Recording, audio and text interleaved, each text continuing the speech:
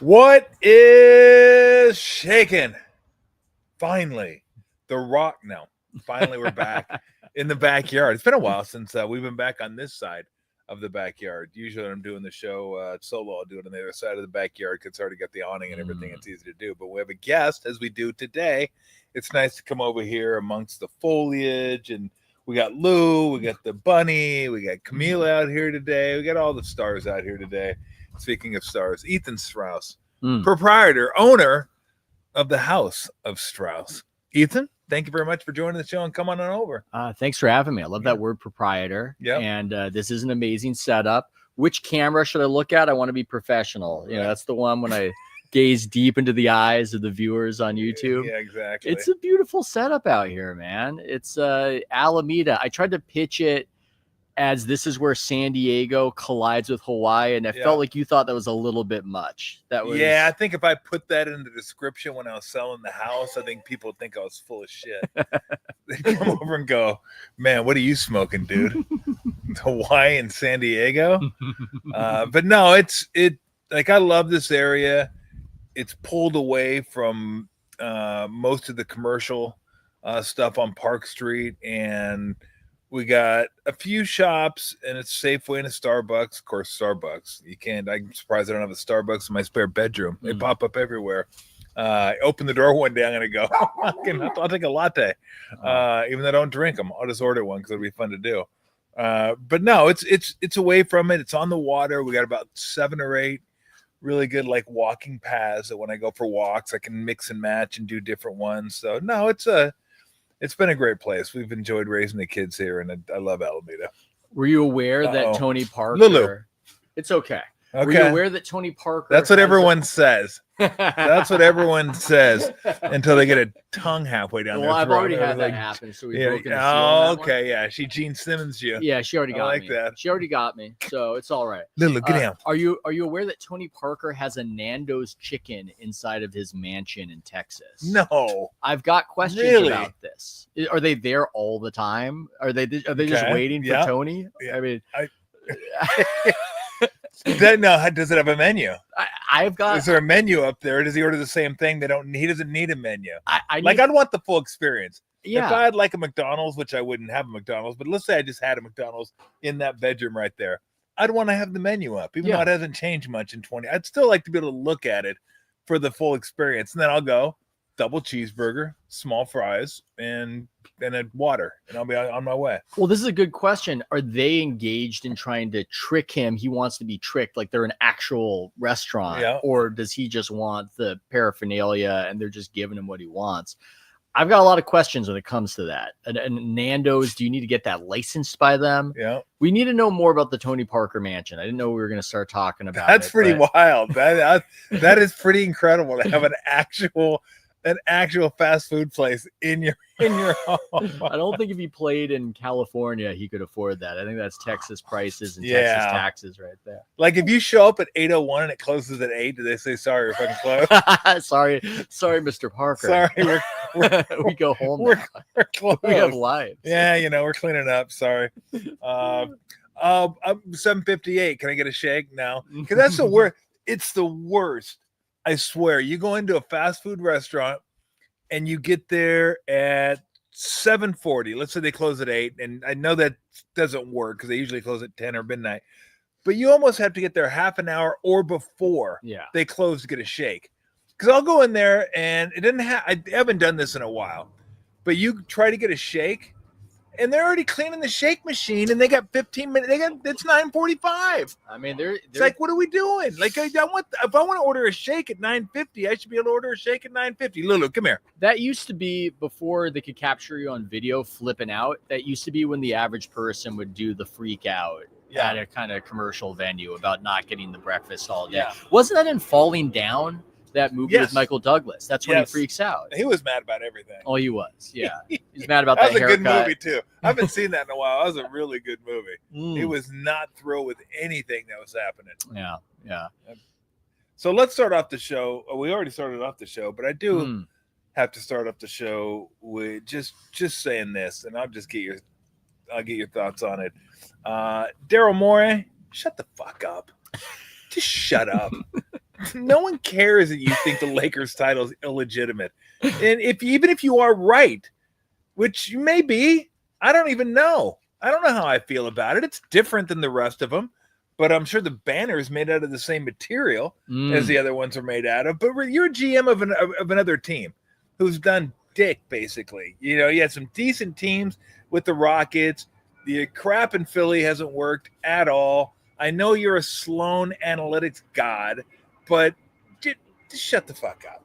Like, just go away until you do something. I mean, even when you were right, and you weren't right often, you may think you were right in Houston. That was one of the worst offenses to watch I've ever watched. What you were right about was the actual Hong Kong situation, which is pretty funny because it made the NBA squirm. But even though you were right, I couldn't completely get behind it because it was you saying it. I was like, I don't want to agree with this turd. Like, I just don't. But I don't know. How do you feel about it? Like, should he, if he feels like saying it, say that the Lakers title is illegitimate? I know some people feel that way, but just no, not you. Just no.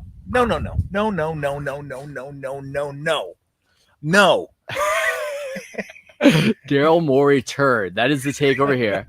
As someone who's been invited to the Sloan Analytics Conference, I will say that is not my position, but Bomani Jones had a tweet about this. This is why I grabbed my phone. I wasn't just being rude, because I was thinking about it.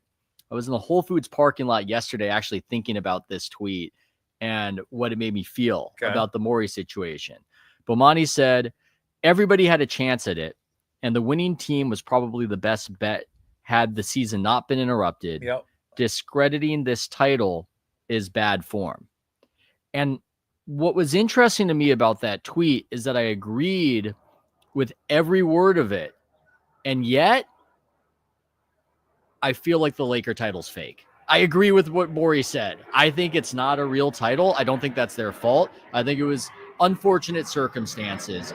But when you're having a playoffs in that kind of situation where there are no road crowds and the world's going crazy, the world is on fire, Anthony Davis is shooting 109% from three-point land in front of no fans. I mean, I hate to be telling a former NBA player what's real basketball versus what's not. You've got a little bit more cachet than I do, Tom. But I completely agreed with what Daryl Morey said, and yet felt that he's not the guy to say it. That's my take. Yeah. I would argue, I totally disagree that it was fake. I think it's different. And depending on how you want to phrase it, I mean, look, when they say the Lakers have X amount of titles, that one's included. And it's never going to not be included. It's just different because it was the bubble. I agree with Bomani. The fact that they were one of the title favorites going in makes it more legitimate. But whoever won in there had the same chance everybody else did winning in there. Was it going to be different? Yes. I mean, you have people on one side saying, oh, it was even harder. You had to get the COVID test. You were away from your families. You were this, you were that.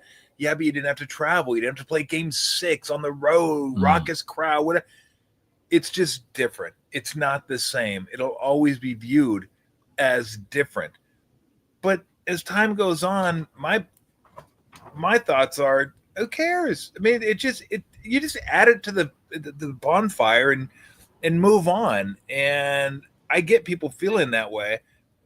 I know we're definitely in agreement on he shouldn't have been the one to say it. He just that's just what I don't know if it felt good to him to say it. Like, I'm going to speak up for the people that don't want to say it, but it's just like, just again, I'll say it again because it makes me feel good. Shut the fuck up. Just shut the fuck up. God, win something. I will say goddamn process. And I know that wasn't you, that was Hinky, but by extension, it's fucking you anyway. So the process sucks. I will say it'll be hard for that guy to shut the fuck up. He is one of the most talkative guys I've ever seen. The last time I went to the Sloan Conference, I think I went in 2023. It's a crazy event because Daryl loves talking so much that he just goes from panel to panel to panel, and he's on nearly every panel. And he just talks in that very easy case. He just talks kind of like this, blah, blah, blah, blah. He's not just, he doesn't broadcast this kind of radio energy, but the man loves the talk, which is at, I suppose, cross purposes with maybe what being a GM is about, but it's, I guess, one of his favorite aspects of being a GM. So Yeah, that'll be tough. It's tough for him. He called a Laker blogger about it to try to clarify his comments. I don't see GMs doing that often. Yeah. Anthony Irwin, who does this YouTube show about the Lakers, nice guy, no Anthony, but I wouldn't have thought that Daryl would be calling him.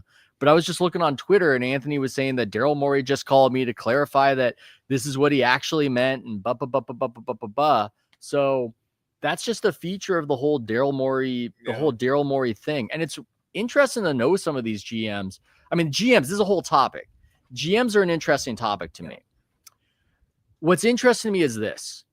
You get better known for your ideas than for the titles. With coaches, it's generally the titles. Yep. But who's the most famous baseball general manager of all time? It's Billy Beane. Yep.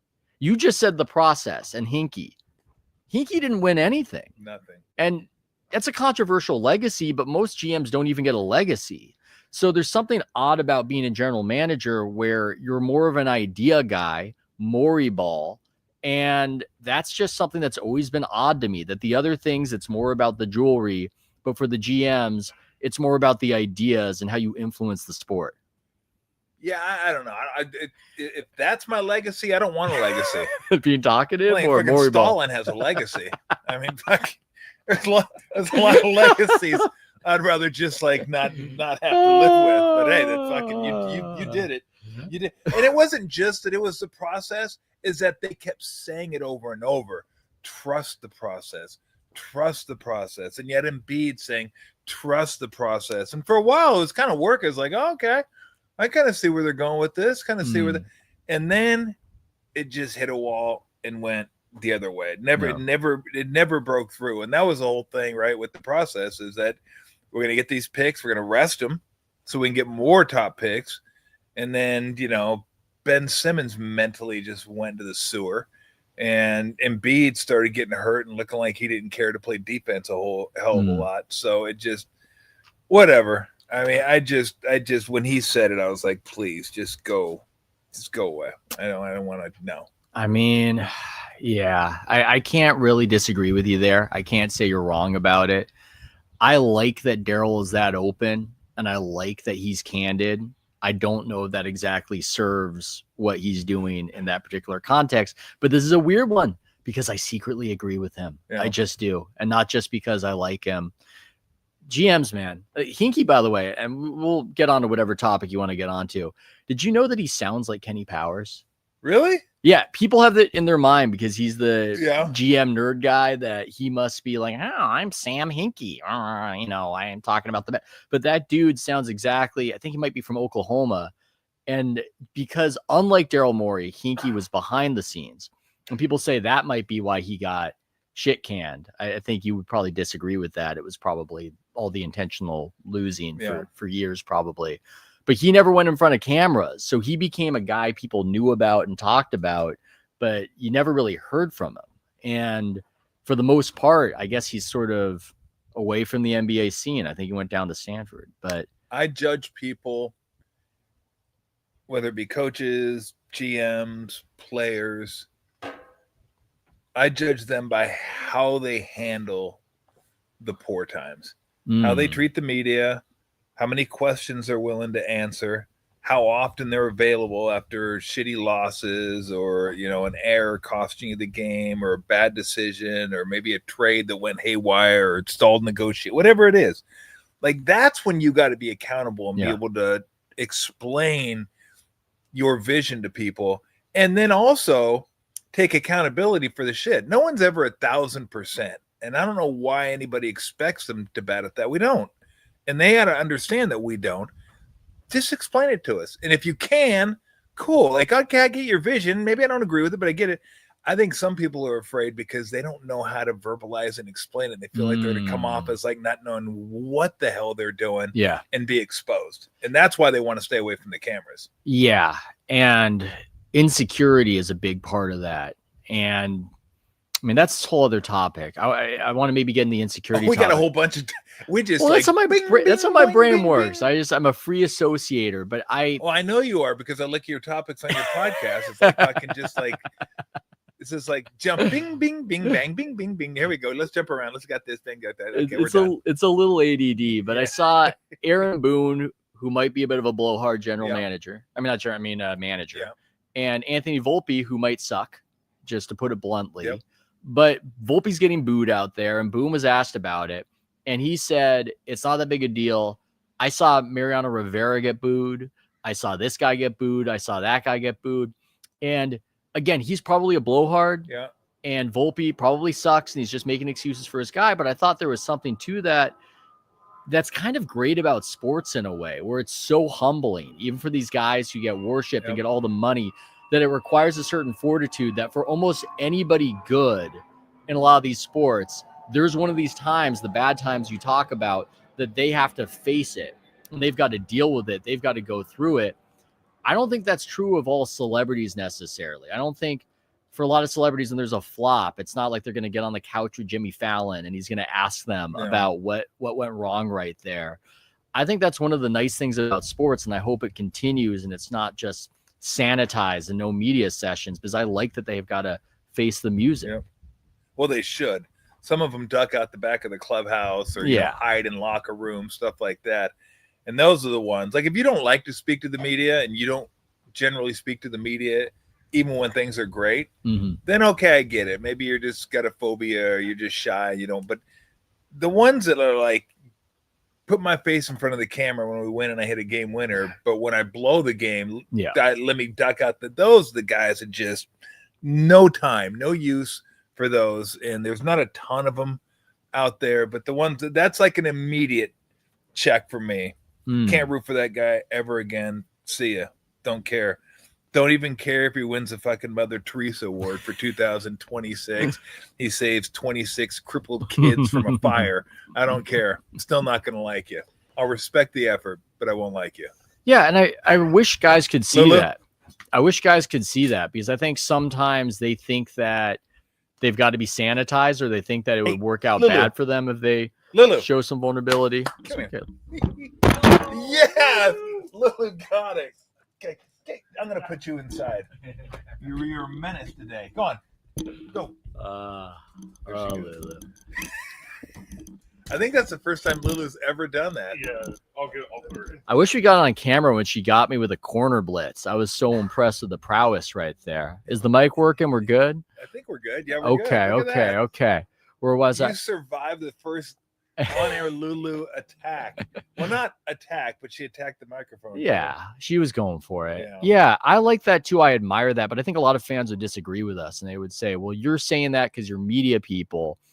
I don't think these guys should have to talk to you guys. I was an athlete too, so I think I have a little credibility in that, and I've seen how guys handle the media, and I think what I would tell fans is, because I know there are fans out there, it's the weirdest fucking thing. They're like, well, they don't owe you anything. You're the media. This is how you make your living. And I remember Barry Bonds always used to say that. What do I get out of this? It's like, well, you're getting your sport promoted, and that's why you're making $7 million a year. And it's implicit.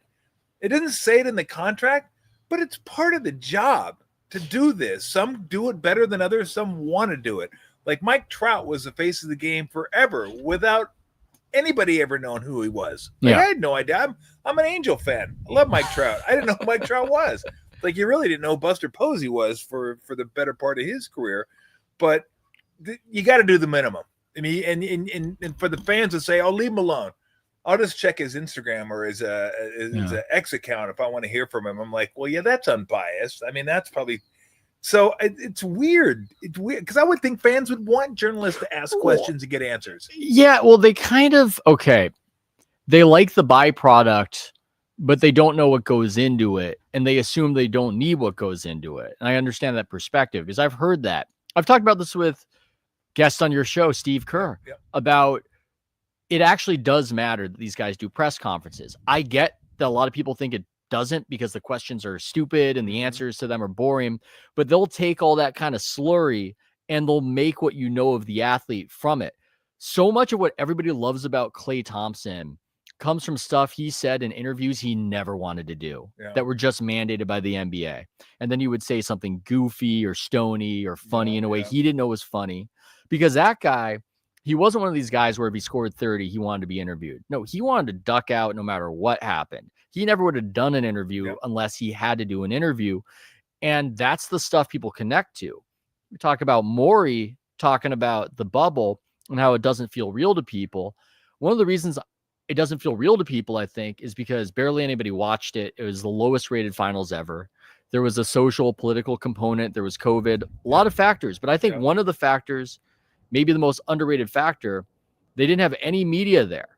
And you need stories. You need a lot of the stuff when you're hearing announcers talk about this guy or that guy, they're cribbing that from some article they read. They didn't necessarily get all that info themselves about it on the national broadcast. So when you don't have people in the locker rooms, you don't have the press conferences in the way they're usually done, you don't have stories. And human beings, we connect the stories. It's not just a bunch of stats. We need to know about people and like people. And you get that through these guys talking to the evil media. Yep. It's just a necessary evil, even if people think it's not necessary. I want to get to a couple other things because we can keep going on this all day long. I did want to hit Gilbert Arenas, my guy. I got arrested, and I was like, for a poker game. I didn't arresting people for poker games. I used to have poker games all the time. My poker games didn't include Israeli crime figures. They also didn't include women that would bring cocktails and give us massages. They also didn't include armed guards. There's a lot of things. Is this a James Bond movie? What is this? A lot of games that are a lot of things that Gil's poker games have that mine never had. Mine was, hey, we're playing at 7. You want to go? Let's go at YMCA, run some hoops, go get something to eat at Flaky Jake's, and then we'll come on over and play some poker. So this was a much bigger enterprise. So Gilbert Arenas was part of this group that he rented out his house to this group, and there was up to 20 people that would come over. They'd play Pot Limit Omaha, which I found interesting as the game of choice. And not Hold'em, not No Limit, Pot Limit Omaha. Very cautious illegality, right? Yeah, it's a weird game. For those that don't know Omaha, it's like Hold'em in that you get the flop turn in the river, but you get 4 cards. And there's 5 cards out there. 3 is the flop, then the turn, then the river. So it's 5 cards out, community cards, 4 cards in your hand, but you have to use 2 of the cards in your hand. So if you don't know how to play Omaha, you might get screwed up a little bit and go, oh, I got 2 aces out there, 3 in my hand. You can only use 2 of those because you got to use 2 in your hand. Anyway, this is a little side note for you. But they play pot limit. So you can only bet what's in the pot. If there's $100 in the pot, you can bet 100. As soon as that person bets 100, now there's $200 in the pot, you can bet 200. So I would imagine there was some pretty significant money being moved at that game, and they were getting what's called the rake. Every pot, they would take a percentage of the pot. That's how they would make their money. So, yeah, this was a much more sophisticated poker operation than Tom Tolbert's Friday night Doritos and Coors Light Fest playing poker till 2 a.m. But Gil, I mean, it just fits. It's just like, so it's like when I read that, I was like, man, that sounds about right. Yeah. That sounds about right. Yeah. When Bill Simmons had the Tyson zone where anything in a headline you believe about the athlete, I think Gilbert Arenas might be there. Yeah, he might be. I'm interested in him, though, as a public figure and as a guy, just in how he has been just so integral to having his son become this top high school prospect. A lot of the things he said about basketball were interesting to me. He's a basketball genius, and he's got what's weird to me about Gilbert Arenas is that is he a basketball genius? I mean, is he? I mean, in terms he's of my guy. We both went to Arizona. I've never looked at him and fucking thought, that's the Einstein of basketball right there. I mean, like in Gilbert Arenas, I thought that guy was fucking wacky. Didn't he score? Would he score some like 28 a game back in the day in his prime? Oh, he's good. I mean, he also took a half off, didn't shoot a shot, or it might have been a game. He just protested for. I think Iguodala said he's the best player ever out of Arizona. He might be. You might. Okay. Maybe the best player. Yeah. I'm just taking exception to the title genius for Gilbert Arenas. Well, he was very skilled. We could say a basketball savant compared to the average person. Sure, if you want to go there, you may be able to drag me to that corner of the house. Well, you're not getting me to the genius fucking bar on him. You might know better, but what's interesting is you hear that he had a crazy work ethic while also being crazy.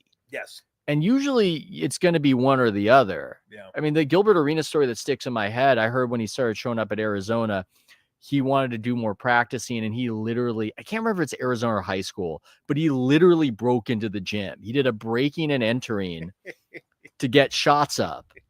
You just don't hear about something like that. And so I don't know how his mind works or why it works the way it works, but he's also been successful. One of the reasons why it's crazy for him to do this is he's one of the most successful player, podcaster, YouTuber people out there. And I've heard he works really hard at that. Mm-hmm. So I don't understand why you're going to put so much effort into being the success. A lot of athletes want what he has right now. Yeah. A lot of athletes are getting into this business and doing the player podcast. Yeah. How do you have the time or energy to do something like this on the side? Yeah, I don't get it. Look, I'm somebody who is wagered for the better part of my life. I will say this. When you like to gamble, you like to gamble. With your life. It's as simple as that. And he's into cards. I mean, remember that whole Javaris Crittenden thing started over a game of Boo-Ray on the plane. And not that they're an anomaly. I mean, we played cards when I was with the Clippers all the time. In fact, we played a game called 7 Card No Look, which is a poker game. And you get 7 cards down, you flip them up one at a time, and you only stop when you beat the player's hand to your left. Then the next person turns cards over until they beat your hand. So you just keep going. The thing is, you never know what you have, and there's always that enticement. You're going to have something under there. So it's me and Dominique Wilkins and Terry DeHare that played, and I just killed them because they stayed into the very end. They could have a 1 out of 1 million chance.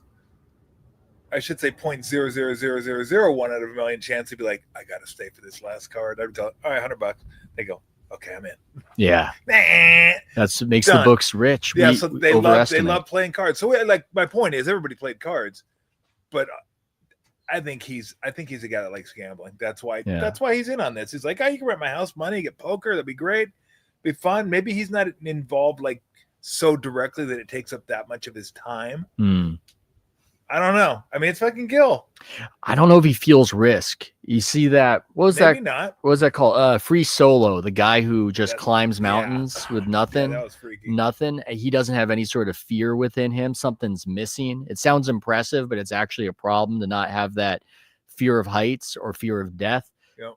Gilbert, I don't know what it is. I saw that documentary about him and Crittenden, and it felt as though he was watching that whole exchange as it reached its climax, almost like he was watching somebody else in a movie. Yeah. That it didn't occur to him that he was involved in this dangerous situation. And he was going, it's going to be so funny when I tell him pick which gun to shoot me with, and I bring the guns to the locker room. This is going to be the funniest prank. He was almost giddy and giggling. And it was only at the very moment that the gun came out from Critterden's side that he then said, oh, show's over. That's what he said. He said, show's over. Show's canceled. Again, his brain needs to be studied. I don't understand it. I don't think there's anybody like that guy. You know him better than I do. Yeah, but he's a little strange. I mean, I always liked Gil. He was a fun dude. Funny dude. You just, just a little different. Some people are like that. Some people are a little bit different, and some people like got to have a little risk in their lives. Okay, in case anybody's wondering too, that's out here.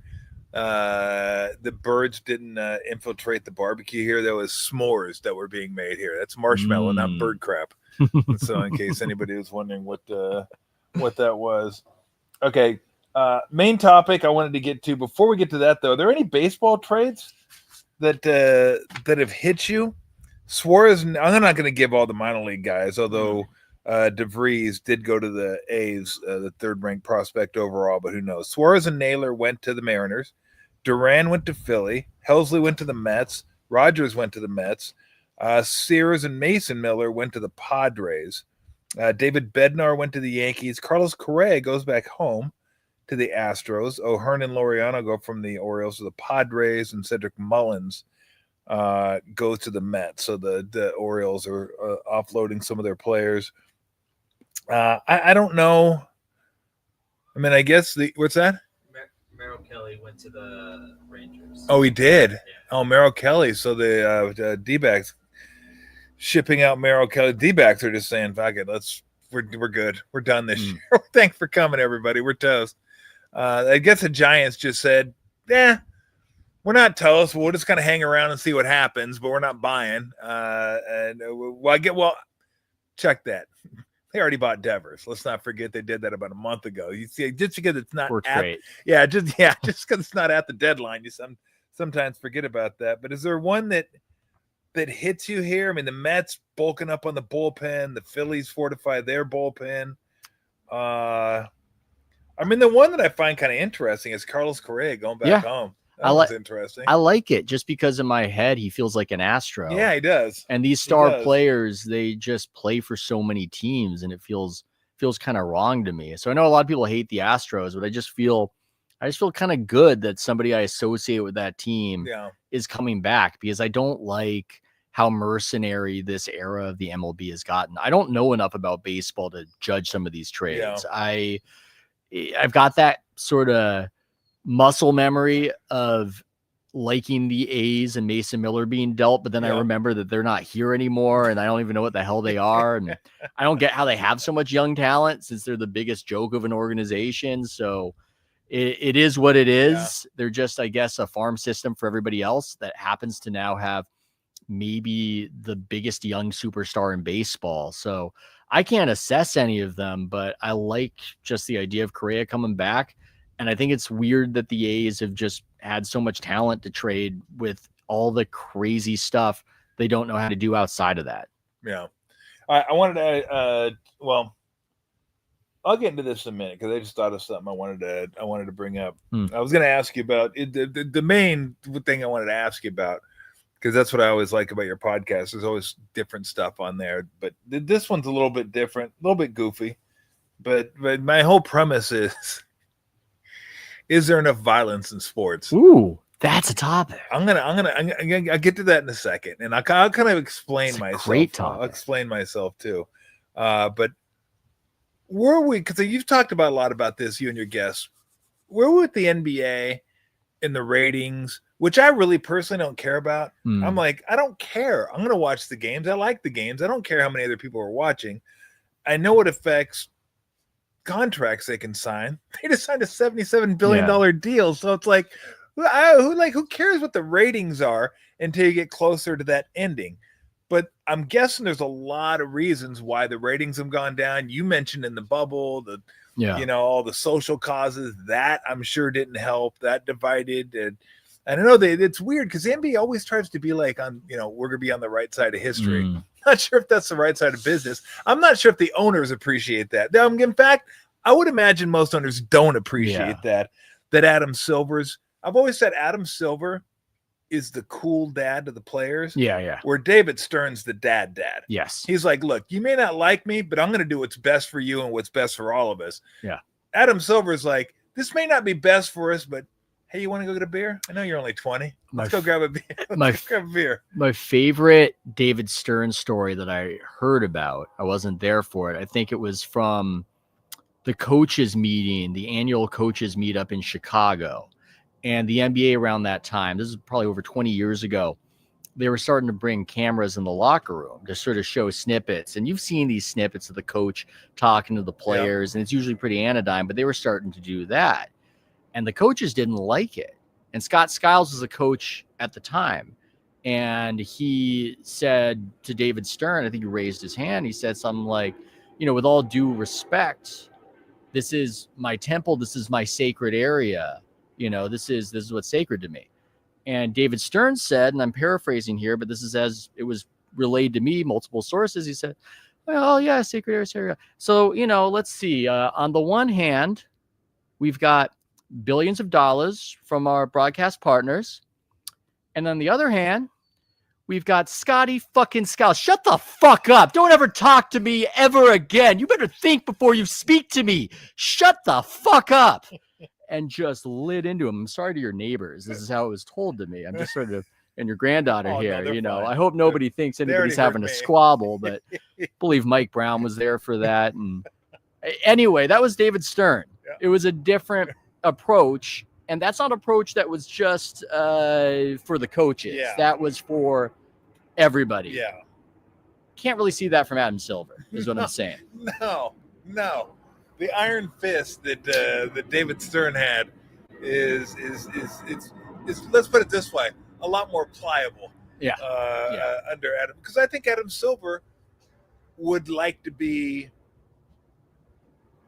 I don't want to say is more concerned, but I think he wants to be friends with the players. Like, I think he likes to be on their side. He wants to be in all the social causes. And, hey, the NBA is the league that's going to be on the right side, and the NBA is going to push all. And David Stern was like, look, it's a business. Yeah. Yeah, I wouldn't mind you doing that, but if it's going to cost us money, we ain't doing that. I'm sorry, period. That's it. And Adam Silver is like, yeah, I'll kind of side with you guys on this. And I like I said, that was my definition. I always said Stern was the guy that's like, look, you're in a 9 period, you're not going out. And Adam Silver is the dad's like, yeah, let's go. I know you're only 20. Let's go grab a beer. You're good. The one who wants to be friends with his kid. Yeah, I'll buy you and your friends beer. Yeah. I mean, good. I think Stern, and I got to talk with him a few times before his death. I had no idea the end was going to come so quick, but in his mind, it's just, look, I'm making you guys money. I don't have to feel guilty about you having an issue with me. Everything I've done has made you money. I don't have to feel that way. But I think with Adam Silver, you're almost a victim of your first big moment. And we forget that his first big moment was banning Donald Sterling. Yep. And now it was almost depicted as, well, this is the difference. This is the contrast with David Stern, that he's pro player and on the side of social justice. And I wonder if he was chasing that moment from 2014, and he could say, I'm sure he would say, no. Yeah.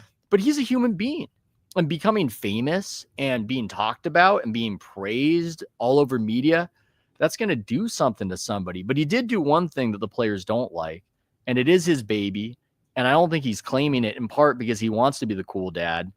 He basically got that hard salary cap installed. Yeah. That's what he wanted. And they can say it was the owners, and I'm sure some owners want it, but a lot of owners didn't even really care. So while being the cool dad, I think he's done something structurally that a lot of the players are going to decide they don't love so much. But, eventually they'll figure it out, I guess. What do you make of the ratings and where the NBA is at? I don't know. And look, it's funny because it's fashionable now to take shots at the TNT crew for taking shots at the NBA. Look, they're my age. Shaq's a little younger. Jaro's a little older. They played basketball a certain way, and they see the game a certain way. I don't agree with them a lot of the time. There are times I do agree with them. Like today's basketball, to me, it is almost, I feel like I'm watching the same game all the time. It's homogenized. Drive, draw, kick, three. Drive, draw, kick, three. Drive, hide, pick and roll. Drive, draw, It's like watching people pull slots. They're just exactly. And it doesn't mean the athletes aren't great. It doesn't mean some of the games are really good. It doesn't mean some of the players are really good. Like I still like watching. I just wish there was more diversity in the teams and more personalities. And like back in the day, I knew I was watching a Laker game just by the way they played. Nuggets, Spurs, Boston, Philly, those type of teams. But that's like, I don't know how much of that does it affect. How much of that do you think affects people? Like, I don't like this style of basketball. Okay, so let's think about this, because there's the whole, why should we care? Why should we care about the ratings? I can't make anybody care about something they don't care about. But I would say, for those of us who do care about the popularity of basketball, it's not about a number. It's not about how much money ESPN or the NBA is getting. I think it's actually normal to want people to like your sport. It's normal to want to go outside and run into your neighbors, and the thing you're into, they're into, you get to talk about it. Mm-hmm. The World Cup is not the World Cup if a bunch of people just stop caring. That's just not the same event. It's not the same. I think basketball felt bigger and it meant more when a lot of people were watching Michael Jordan against the Jazz do that crossover. And some of the series that happened when fewer people were watching, maybe the players involved deserve all the glory and memories, but we don't have it. Not a lot of people talk about, I don't know, that Spurs Pistons finals that went 7 games and was a great finals, but people were bored by it. So to answer your question, what is it? I think everybody has a theory on why basketball is about half as popular now in America as it was 10 years ago. And all the theories are right. We do this thing where it's got to be our one theory about why. I think it's all of it. I think what you're saying is true. I think that's a hard thing to fix. This thing happens in sports. We get too smart for the game. We optimize it. We find the glitch. Yep. You saw it in baseball, where it's just launch angle. There are fewer hits and fewer stolen bases because we know the math on it. And so they've made efforts to address it in baseball. They changed the rules. I think that was really good. Yeah. I think that was smart. I think that's something that basketball has to do. They've got to do something to address that it's become too 3-point heavy. I don't know if it should be as drastic as taking away the corner three, but if they did it, I would go, that might be a little too crazy, but maybe that's what you got to do. Maybe you just have to start trying something and see what works. Maybe they should actually legalize defense. That might be good because they tried it briefly last season and people liked it when the scores went from 140 to 135 and then it went to 199. I think people are more into that. That's something I think Adam Silver got wrong. He said, all our charts and graphs say that people want more scoring and they love scoring. You dilute it. It's inflation. You do it too much, it cheapens it. They want physicality. They want a bucket to mean something. So I think legalize defense, maybe look at making 3-pointers harder somehow. And that's the first way to address it. Because sometimes what people really want is just to know that you care and that you're trying to make it more appealing to them. I think that's part of it. Well, like I've said, I like ice cream, not a gallon at a time. Yeah. I didn't need every game to be 140 to 133. Well, I love offense, but that's exactly the analogy. It's like, let's go. I'll give you another bumper sticker that I made up. I didn't make it into a bumper sticker, but I said efficiency doesn't equal entertainment. Yeah. Teams are trying to win. I get it. They're not concerned with entertainment. I remember an interview Mark Jackson did at the end of a game they played against he was coaching the Warriors, and I think he fouled Dwight Howard. I don't know how many times, but he shot 46 free throws. And they asked him about it at the end of the game, like, basically, well, that was kind of boring, right? Mark Jackson said, well, it's not my job to make the game entertaining. I'm trying to win. Yeah. That's every single team. Every single team's trying to win. They're not concerned with entertainment. They're concerned with winning, keeping their jobs, keeping their house, right? Got the electric car, got the kids who want to go to college. Like, I want to keep the checks rolling in. So I'm trying to win. But lost in that, with every team trying to be as efficient as possible and win, we've lost some of the entertainment value. And in baseball, it's like you said, launch angle, don't steal, swing as hard as you can, no matter if you have 2 strikes or 0. Just try to hit it hard, don't put it in play. In basketball, it became free throws, layups, threes, and it's like, oh, fuck, I'm bored. I mean, I'm saying the same thing over and over. And in baseball, where you used to have teams like the Cardinals and maybe ran a little bit more and played defense and had speed, didn't hit the ball over the wall, versus like, other teams. It just, everybody became the same because now everybody doesn't have the edge that Billy Beane and the A's had. Everybody has that now. Yeah. It's just some have it in spades where it's like, okay, we got 100 guys working on this. You guys have 20, so we can come up with maybe a few tweaks. But like, what happens when everyone maximizes their efficiency? Yeah. Like, we can't go any further with this. Well, then now where do we go? Now what happens? Okay, so that's an interesting thing where sometimes it's not, the problem isn't what one person did, but what everybody learned from it. Yes. The problem wasn't that the Spurs would rest all their guys and do load management. That was fine. We could live in a world where the Spurs do that, and that's what they do. The problem is everybody else doing it. I remember I saw Anthony Davis on that show that got canceled in HBO with LeBron, The Shop. And he was talking about how LeBron taught him. There was one? I know. I was the only viewer. That's why they canceled it. He said, look, LeBron taught me that I need to see myself like a business, that I'm a corporation, which I don't really think is a charismatic way for an athlete to be talking about themselves. But I thought to myself, you know what? The league can withstand LeBron James being a mercenary and doing the decision and being a villain and then coming home and seeing himself in this way and doing the one-on-one contracts. They really can't withstand Anthony Davis and 30 other guys being like this. And I think that's what happens sometimes, where you want that diversity of styles and personalities, but sometimes something is proven to be effective and everybody wants to do it. And then when everybody does it, like with load management, that's a problem. That's the situation. Well, it's funny because there are things that I get that I just don't want to hear you say. Like when a player says, I got to view myself as a business or an entity, or like, I understand that. My wife Laura, it's Lulu Lulu management. Lulu's being banned. Lulu must escape from Sing Sing. She was out on parole. gotta put her back. But I get all that. Yeah. I just don't want to hear you say it. I mean, I feel like I'm watching a person that doesn't care about the team they're on, and like I discounted loyalty a long time ago. Like players aren't loyal, teams aren't loyal, nor should they be. Players should be loyal to the people in the locker room, and then when you go somewhere else, you're loyal to those guys. I mean, that's just the way it works. But I'd like a little bit of the illusion that, like, you trick me. Yeah, that you care. Give me the noble about lie. This city and the jersey and the sport, and not just look at it as, I'm just a business trying to cash in as much as I can. Like, I get it. I just don't want to hear it. No, you need a little bit of the noble lie. And this is one of the interesting things about sports to me is that it's the rare business that can only be a business if it's more than a business. Yeah. It's got to be more than just, I like this soap, here's the money for the soap. It's got to be a civic institution. People have to care about it in a way different way than they care about the other stuff. And if you start having the most prominent athletes go, this is just a business, then the business collapses. Yeah. Then it can't be a business anymore because people don't attach to it that way. It's a different thing. That's a good point. All right, before we get into the it's so funny. I'm saying main topic. Like I've set this up. We got smaller topics and a main topic. You good? You want some more water or lemon? I'll take some more water. Lemonade?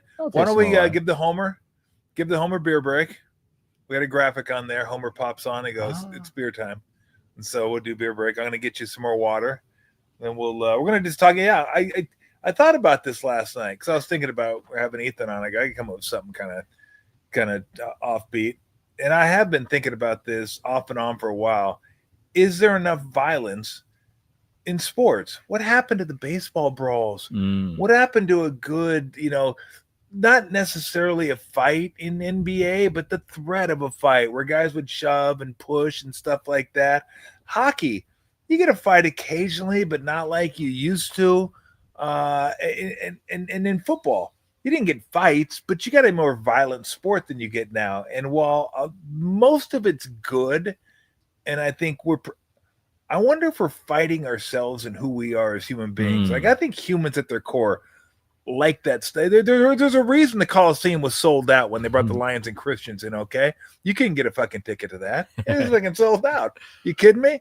It's like U2 came to town. It's like, I've got 5 seconds. The tickets are sold out. I'm seeing someone get eaten, or I'm going to see a lion die. One or the other. I'm going to see it. So I just think it's part of who we are as humans. We like the UFC. We like boxing. We like combat. Like as long as it's willing participants, right? As long as both people go in there with the expectations that we have a shot at this and we can fight back. I'm not talking, Draymond Green sucker punching Jordan Poole. Jordan Poole is just standing there. That we don't love. That's not a fight. That's a sucker punch. But we do like fights. Who in their right mind leaves a hockey game when there's a fight going on? Oh, there's a fight. I'm going to go to beer. I'll be right back. Oh, yeah, just tell me what happened. No, you're going to go and you're going to see that. So I wanted to get Ethan's thought on this because, I could be crazy. There's no doubt about it. You're not crazy. And I think it's connected to what we were talking about earlier, which is the optimization of everything. Because that's, I think, what's at its core here is guys used to brawl. Guys used to drink beers more after games. Guys used to smoke in the locker room. But all of a sudden, there's a sense of, oh, this is a huge business. It's billions of dollars. Oh, these hands of yours, they're insured by Lloyd's of London or whatever. I don't know if they're actually, but you know what I'm saying. Yeah. They're massive contracts. Are you really going to fight when you're Shea Gilgeous-Alexander and you've got a $280 million contract? Is that something that's going to be risked that way? So I think that sports, they've just gotten so big and there's so much scrutiny now, that's one of the reasons. It's a risk factor. But yeah, people want it. Dana White said that if a fight breaks out at a basketball game or whatever sport, everybody stops watching the game and they start watching the fight.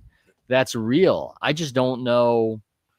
I don't know how you get it back when it goes. Certain things are about code and honor. And once it's gone, I don't think it necessarily comes back. It's still there in hockey. You see the occasional brawl in basketball and in baseball. But I think that's what it's related to, is that it's just too big a deal now. There's too much money in it for guys to break a hand scuffling. Yeah. All right, coming out, we'll discuss that and maybe a few other things as we wind down. But it's time to fill up the beverages. We'll be back in a couple seconds.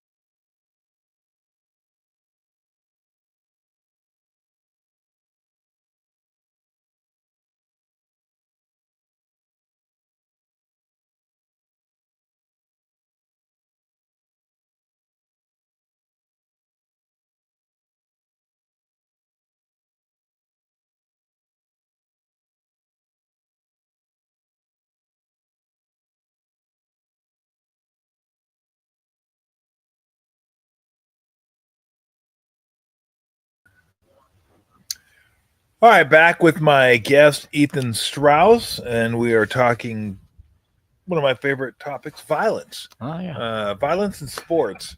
Do we need more? Do we need more? Can we go back? I don't know if we can, but I was thinking about that the other day, like just how much I miss baseball brawls. And you used to get that when somebody threw at somebody. You just don't get that as much anymore because you get the warnings. And pitchers don't know how to throw inside anymore, and they throw with such high velocity they could kill somebody, so they don't even try to do it. So you just don't get as many brawls as you used to get.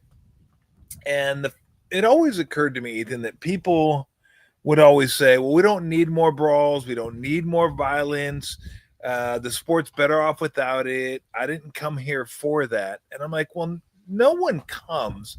There were probably a few sickos in hockey that used to come just for the fights. But I mean, I like the fights, but I came for the hockey. I always come for the sport. But if a fight breaks out, like I said, no one's leaving. Yeah. No one gets up and goes to the bathroom when you're at home. No one goes and gets a beer when you're at the stadium during a fight. Everyone, whether you want to admit it or not, you like to watch people fight. Yeah, I mean, a little bit of violence is fine. Now, it can be dangerous and some people can get hurt. That's part of the deal. Like if I commit a hard foul on somebody, which I used to do occasionally, it was kind of inferred that like I don't want to hurt you, but I could, I might. It just that comes with the territory, and you deal with that. But I just feel like we're missing. I don't know what it is. Like if the players don't care enough, they make too much money. The rules kind of prevent it. Society prevent.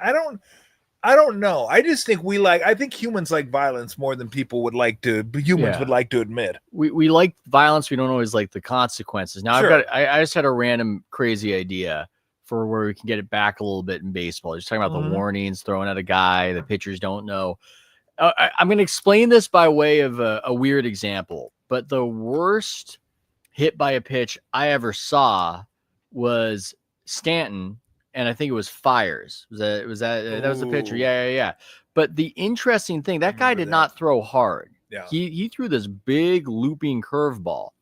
The reason it hit Stanton so flush, I think, is that when it started rising on him, I think he thought it was one pitch, but it was the other pitch, and it just got him without being braced for it. It hit him flush. It fooled him in that way.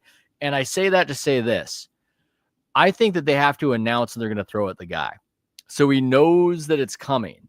And it's going to be a fastball. It's going to be high velo, but he's got to be in the batter box. You get maybe one a game. If there's an issue, the pitcher gets to throw at the guy, but it's a fair fight. It's not going to be a situation where it catches him unexpected.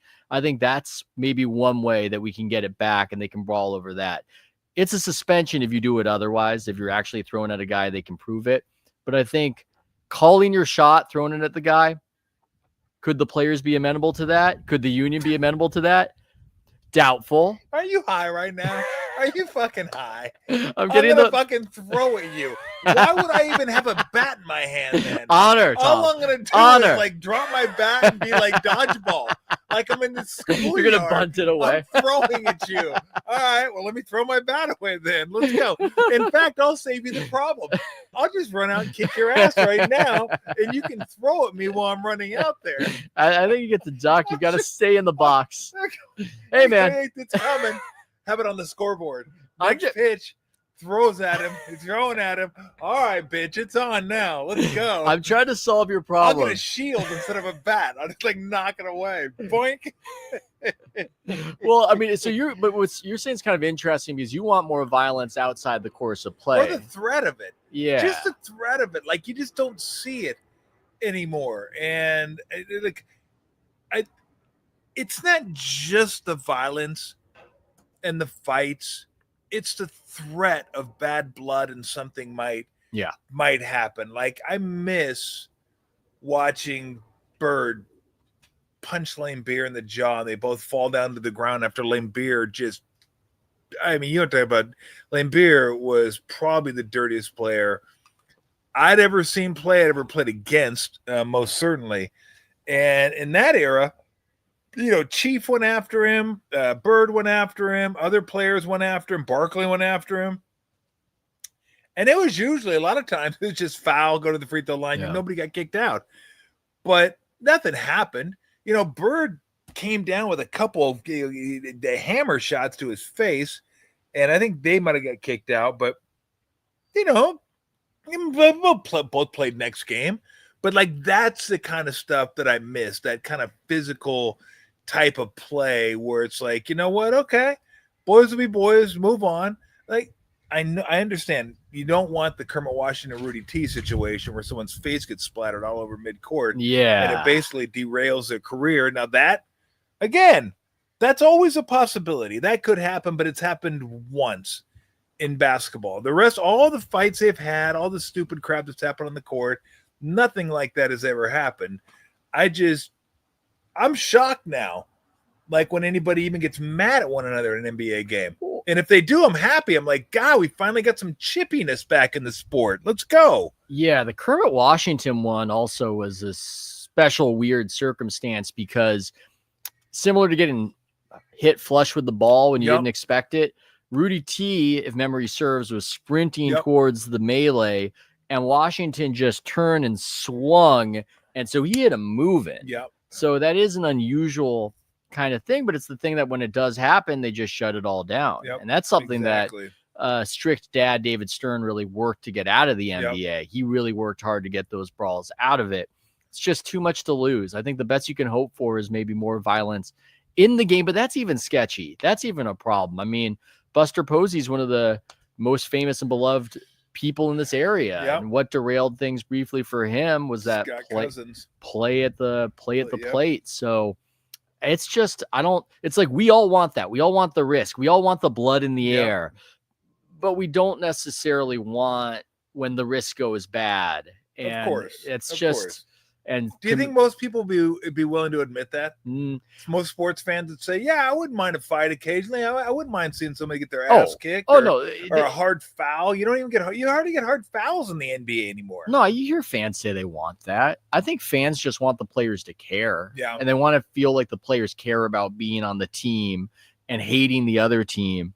And a lot of that might be why some of the violence has gone away, is that these teams, they're not as sequestered from everybody else. They have all these friends on the other teams. They played AAU together growing up. They're better friends with the guys on the other team than their own team. I don't know what it was like for you when you played, but from what I'm told, it's actually not that common for guys on the same team to be friends. It's easier for them to have friends on other teams because there's a pecking order what do you thing. Mean from what I'm told? What am I, 80? Well, I'm saying what is it, fucking 20 years before you were born when I played? I'm saying that from what I'm told. I'm saying were there freeways back then. I'm saying that and I don't. So this is just what people tell me. I know. I'm saying something to you, Tom, and I'm hoping you agree with it, so I'm not crazy off base.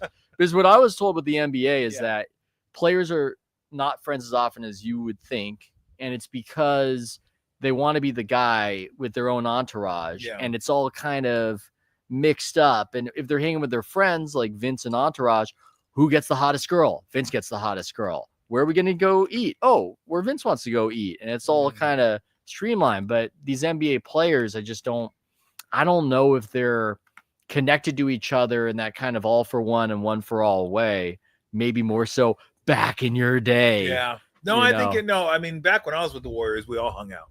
Yeah. Right. I mean, we stayed after practice and played 1-on-1 or 2-on-2. We played full court, but they were side courts. So you had a full court, and then you had the width of the court baskets. We played 1-on-1 this way. Like me, Mitch Richmond, me, Chris Mullen, Jim Peterson was there.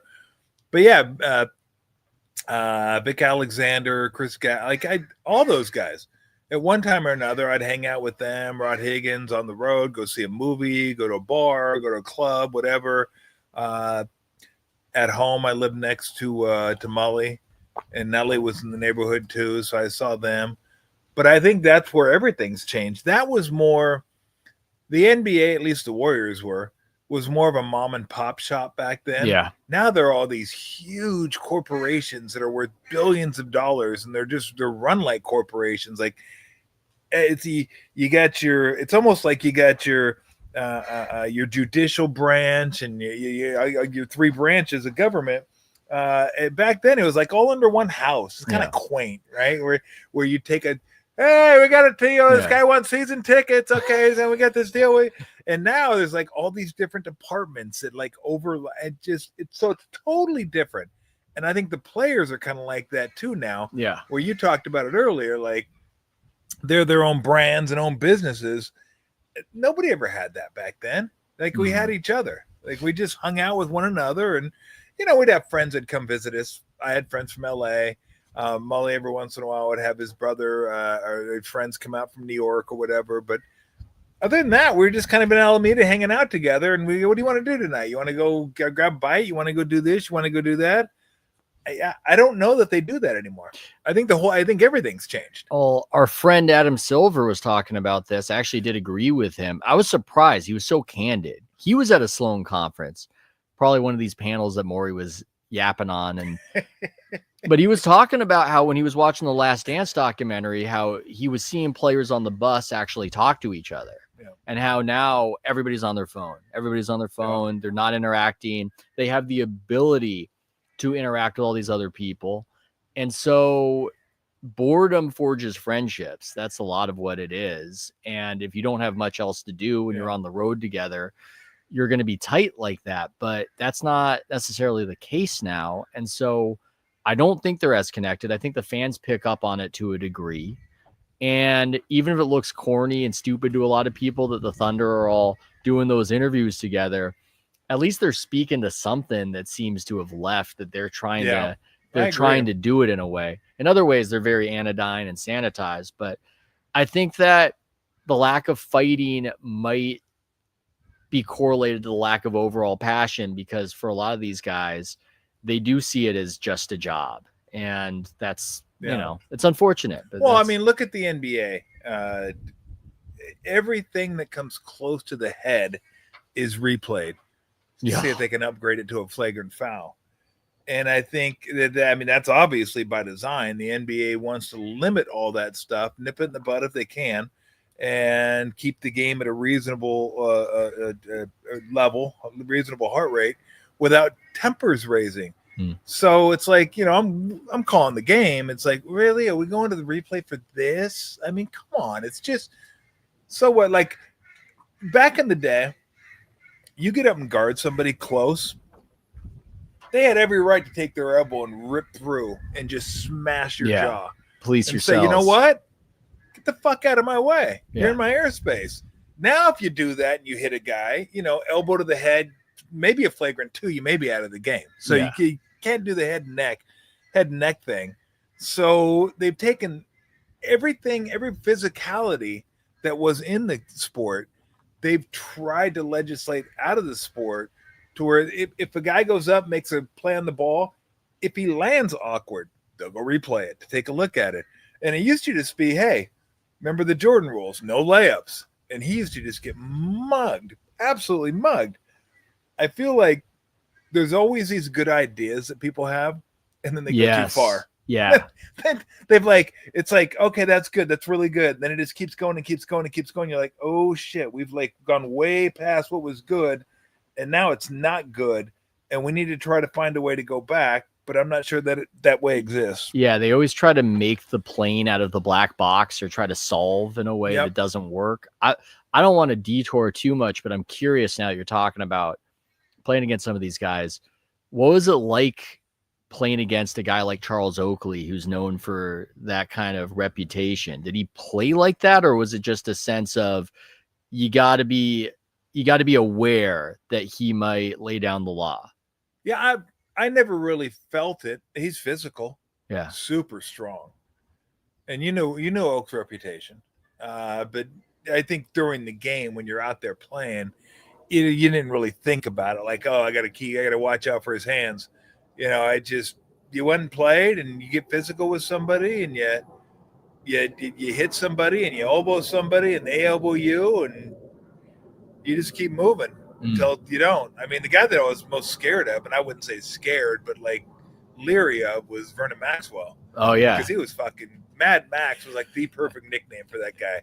He was wild. Yeah. He was wild. He hit me one time with an elbow one time. I was like, God dang. He coming through the lane. And so he came through the lane, and I swung an elbow at him. Like, obvious as day. He knew it. I knew it. And just barely clipped his nose. And he stopped and just looked at me and gave me those eyes. And I almost wanted to say, sorry. Sorry. How big was I didn't mean to do that. How big was Vernon Maxwell? 6'4". Yeah. He wasn't that big. So Probably buck buck 90. Well, that crazy factor, though. Oh, God. Yeah. He was like, no, you didn't. Nah, he was the one guy, like, I'd deal with somebody bigger.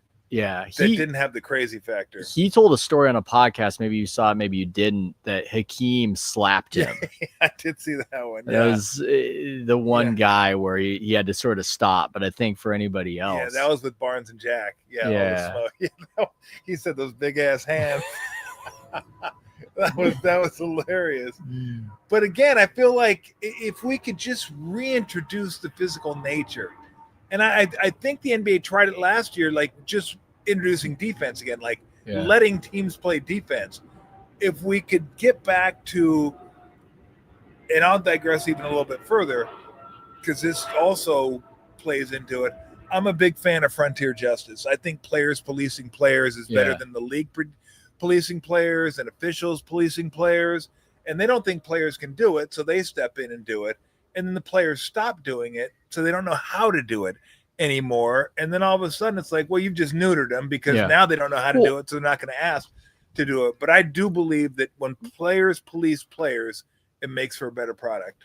I agree with you, and I think it's similar to what they've done with reffing, where they've tried to, I don't even know how, I mean, I keep saying optimize, but I'm not sure that's the right word for it. They've tried to make it an exact science when it's an art. Mm-hmm. You don't want refs calling crazy things according to their style, but they used to be respected as the authority figure. Yeah. And you knew that Joey Crawford at a certain line would throw you out of the game for whatever. Now with all the replay review and scrutiny, it's this sense of we're going to shame the ref for being wrong or getting it wrong. He's got to call it to the letter of the law. So if somebody has figured out a gimmick where this thing that looks like a travel isn't a travel, then we're going to punish that ref for not getting that right. And what happens is they've lost the respect from the players to be that authority and to set the tenor and tone of the game. And you've got all these players complaining and just acting in ways towards the ref and just acting crazy in a way that they didn't act before, where Luka is just complaining wildly about calls where he clearly fouled the guy. And I think that's because they've tried to make it a corporate science and not just said, hey, you know what you're doing, you're experienced, you're in control of the situation. We're trusting you to restore order to the situation. When you have this idea that somebody from the outside is going to determine the order and they're not present, they're not there, I think things get a little bit out of order. So here's my idea. And I got a couple when it comes to replay. It's not quite as radical as tell the fucking batter you're throwing at him idea. It's your idea. You get to hit a guy, but you have to say you're going to hit a guy. But instead of reviewing these stupid flagrant foul things, like I'm getting tired of, how about we do this? How about we can review when players cry about being called for a foul? I love it. When you look at a replay and you see they crushed them, how about we replay that? And if you whined about it and you obviously hammered him, that's a technical. Yeah, the Luka rule. It's a technical. You're done. That's it. We give you a tack. You get another one of those. You're out of the fucking game. Yeah. If you are somebody that does the let's replay that, and then you go over and you look at it, and you were obviously wrong, like not even close to being right, that's another T. Those are two situations where you deserve to be penalized, because I'm so tired of everybody doing this. Yeah. And then you're like, okay, let's look at the replay. And I was like, are you on fucking dope? No, like you weren't even, you took his arm off at the elbow. You're like a fucking tiger shark. And you're like, you want replay for what? Send you to prison? Like, what are we doing? Well, yeah, you treat it like the Chris Webber. You know, if you do this, it's actionable. Yeah. I think maybe Nick Wright was saying that if you I'm do not it for that. I don't know if you can do. I don't know if you can do like that. if you're doing this, it's legit. You're calling for a replay review, and it's now getting reviewed, and you got to be held accountable. I like your idea with we're reviewing when you whine. I think that should be the ref's replay review. Yep. Like the ref does this, it's going to be a bad issue if the ref is wrong. But if the ref is so sure that this is a Chris Paul Luka situation where you weren't fouled, you're just trying to game the system by trying to put this pressure on me. Yep. I'm doing this. We're going to review it and you're going to be punished. I think that would cut down on that kind of behavior. Or the other player who got fouled can go review it. Oh, give him the tea. Oh, give him the tea. Stop whining. Yeah, we're turning Shut your mouth. We're going from Hold'em to Omaha. It's getting more complicated. Yeah, I like it. That's just what we need. More complications in the in the sport. Adam Silver would love it with all his different wacky all-star game innovations, the Elam ending. So we've got the Elam ending had promise. It did. Just didn't quite get there. Were you let's get to football. Okay. Because violence in football isn't necessarily fights. It's just the people, game. People want football. They want their violence in football. Yeah. The reason they don't get their violence in football anymore is because they got their ass suit off for not telling them how dangerous football was, number one.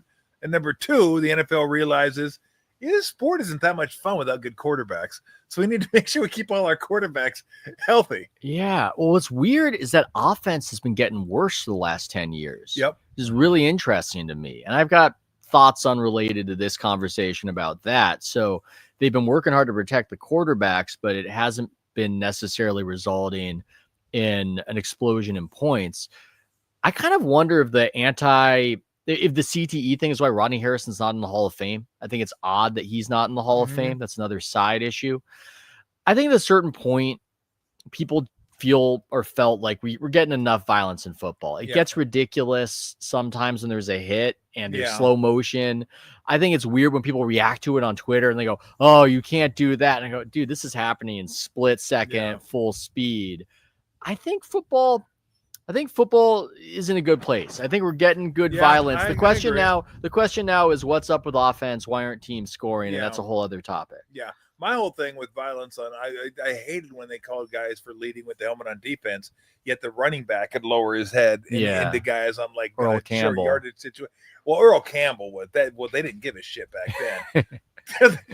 The helmets were the ones you could buy at Toys R Us. Yeah. They're like, hey, you guys want to run headlong into one another? Go ahead. We don't give a shit. Knock the hell out of one another. We go with that. Is it going to hurt us? No, not at all. You're good. We're good. My helmet's cracked. Oh, no, it's not that big a deal. Is your head cracked? No. What are you worried about then? Get your fucking helmet on, your tearaway jersey, get back out there, run somebody else over. Now, I think football's in a good spot. Hockey, I think, is about, like, hockey's the one sport I still think the players kind of control some of the tempo of the game. And if you get out of pocket in hockey, you're going to find out real quick that the other team's going to say, we're going to check you. We may not have the goons we used to have, like, because hockey's too skilled now to have a goon that's not a great skater. So I still think hockey's that one sport, though, where it's like you can't just go out there and be a fool and not expect a player to come back and police you. They probably police themselves more than any sport, which I love about hockey. Yeah. I miss how they're just certain kinds of players. I know we're bringing it back to the NBA, but I remember it was so interesting to me to hear him described this way. John Hollinger, known as a stats guy, and this is back in the day. I think this might have been mid-aughts. No, it was a little bit later. It was a little bit later than that. But I first time I met him, I remember reading a description of David West, and I started asking him questions about David West, and your granddaughter's here, so I can't use the description. There's a curse word in there. Okay. I'll be clever about it right here. No, but he described it as tough as S was in the description, which surprised me that this was part of the description of a basketball player and what he could do. Like, it was his skill set, but it mattered to be that. And now I look at the sport and I go, does it matter? Like, does it matter to be tough in the way David West was tough? Yeah. I don't know.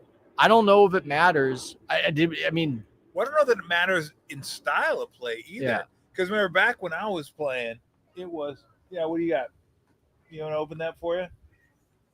Say hi to everybody. Hi. Join the podcast. Hello. What do we got here? Banana split. Oh. Oh my God. What? Whoa. What are you gonna do with that? What is that? You're gonna play with it?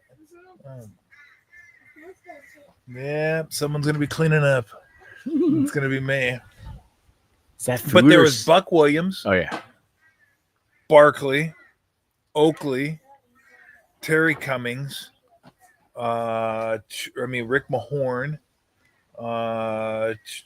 Mark West was a center for the most. But I mean, you had to have a big physical dude at that position, because if you didn't, you're going to get your ass handed to you. And I got my ass handed to me plenty of times against those guys. I was kind of a hybrid 3-4, I guess, but more of a 4, but also playing 5, masquerading as a 5 down. They get my ass kicked against Ewing. Last time you were on my podcast, I was trying to come up with a guy who was rumored to be stronger and scarier than you'd think. And you mentioned Stack Jack podcast. I think they mentioned this on there. Did they? Was this a guy for you, Joe Klein? Joe Klein? No, I mean, he's strong. Yeah. He was like country strong. He was one of those guys that was just like big, physical. I think he kind of had like control of his limbs. Bill Cartwright didn't. Bill he had Cartwright elbows. posts you up. You're getting the shit beat out of you, like getting hit with elbows, and he drive by your knee. It's like, oh, Bill, you're killing me. But no, the guy to me that was quiet, that you wouldn't mess with, like I wouldn't mess with. I mean, Oakley was just a given. That's an obvious one. But Buck Williams. Buck Williams was a freaking man. He was just a man. When you played against him, it was a night's work. He wasn't a huge scorer. He could score a little bit, but he was just a big, rugged rebounder, physical guy. But everybody had those guys. Yeah. So you had to have somebody to be able to play that way to match physicality. Sport doesn't have physicality today. It just doesn't. Everybody's playing outside, right? It's stretch 4s. You don't even need to say stretch 4s anymore, because it's inferred that a 4 is a stretch 4. You don't get a job. There are no power forwards anymore. They're none. That's why I laugh a little bit when they talk about the greatest defenders of all time, and Draymond, to me, is certainly one of them. And they say, well, he can guard 4 different positions. I'm like, well, now he can. Yeah, because they do the same thing. He couldn't back in the 90s. I mean, you think he's going to go out there? I mean, he would have been, trust me, it'd have been 1,000 times better than I would have done. But still, he would have had to guard Akeem. He would have had to guard David Robinson. He would have had to guard Ewing. He would have had to guard Oakley. He would have had to guard Barkley. Whatever. It's just a different game. Like saying you can guard 4 positions now is different than saying you could guard 4 positions back then, because the positions were more well-defined. Today, everyone just plays basketball, which I like. I don't mind that, but it's totally different. Yeah, illegal defense back then also meant that you had to guard more one-on-one. They could throw a double team, but the way they did it, it was obvious. It was you could ice guys. You just pulled, because I was part of the being ice. I'd be up there with Rod Higgins, like, am I going to wear a parka? I can ice so much today. But so 2 guys, for those that don't remember this, 2 guys would come up toward midcourt, kind of in the corner. And what it did is force the defense to put 2 guys at the nail in the free throw line, and they couldn't go past it or below it. They had to stand there. It was the dumbest thing. And they had the other 3 guys that play, 3-man game. So we had Timmy, Mitch, and Chris play against their 3 guys. And it was a great advantage for us. If they wanted to go double team, then Rod and I could shoot. Then I would cut, Rod would space, or vice versa. But it was just, it was a horrible, which is why I think the NBA should just say, play zone, play what you want. We're not going to do illegal defense anymore.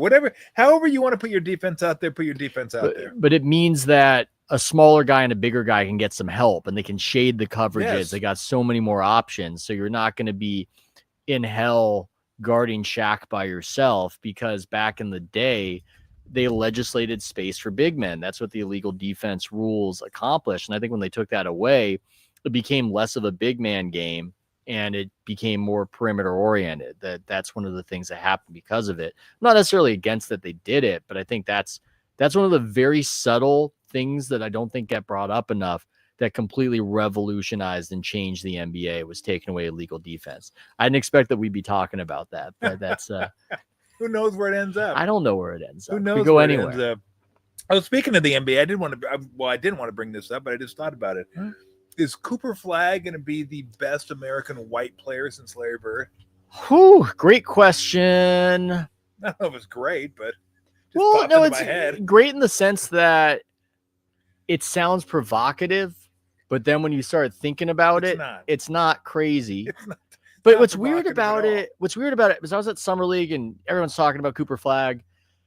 He's got a really polished game, but there's nothing when you watch that sounds like a pretentious term. It's like arresting about it. Yeah. It's not like you're wowed and you're going, oh my God, I've never seen this before. Yeah.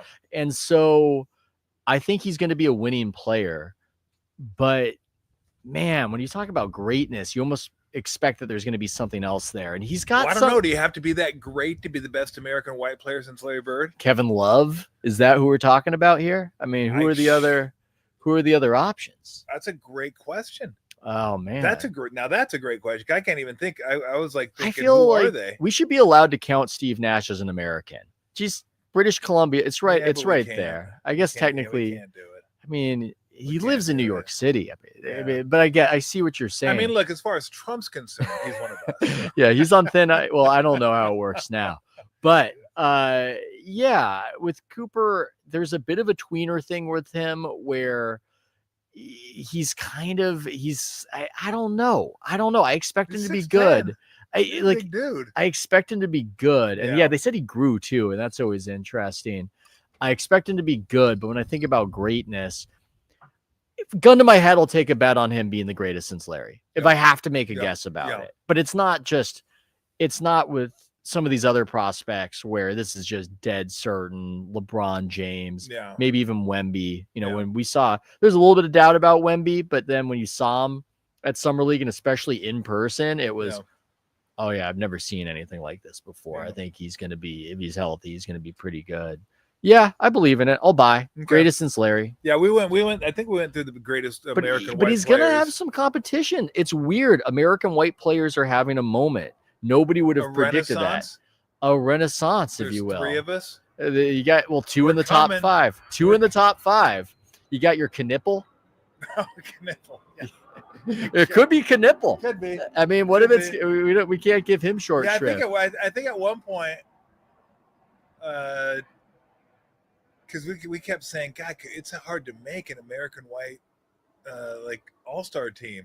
We're coming up with Wally Zerbiak, and JJ Redick, and I think since Larry Bird, I go, you know how bad it is. I think I'm on the 13th team. I mean, I was in the top 65. I go, I'm on the 13th team. Let's go. Well, I will say that only 70, but I was in the top 65. Nobody would have predicted what's happening because there's a few American white guys taken in the first round of the draft. Nobody would have predicted that suddenly there'd be more American white guys getting taken in a league that's gotten more international. Yep. There are probably fewer as a proportion of America, fewer white guys today than 30 years ago or whenever Larry Bird was drafted.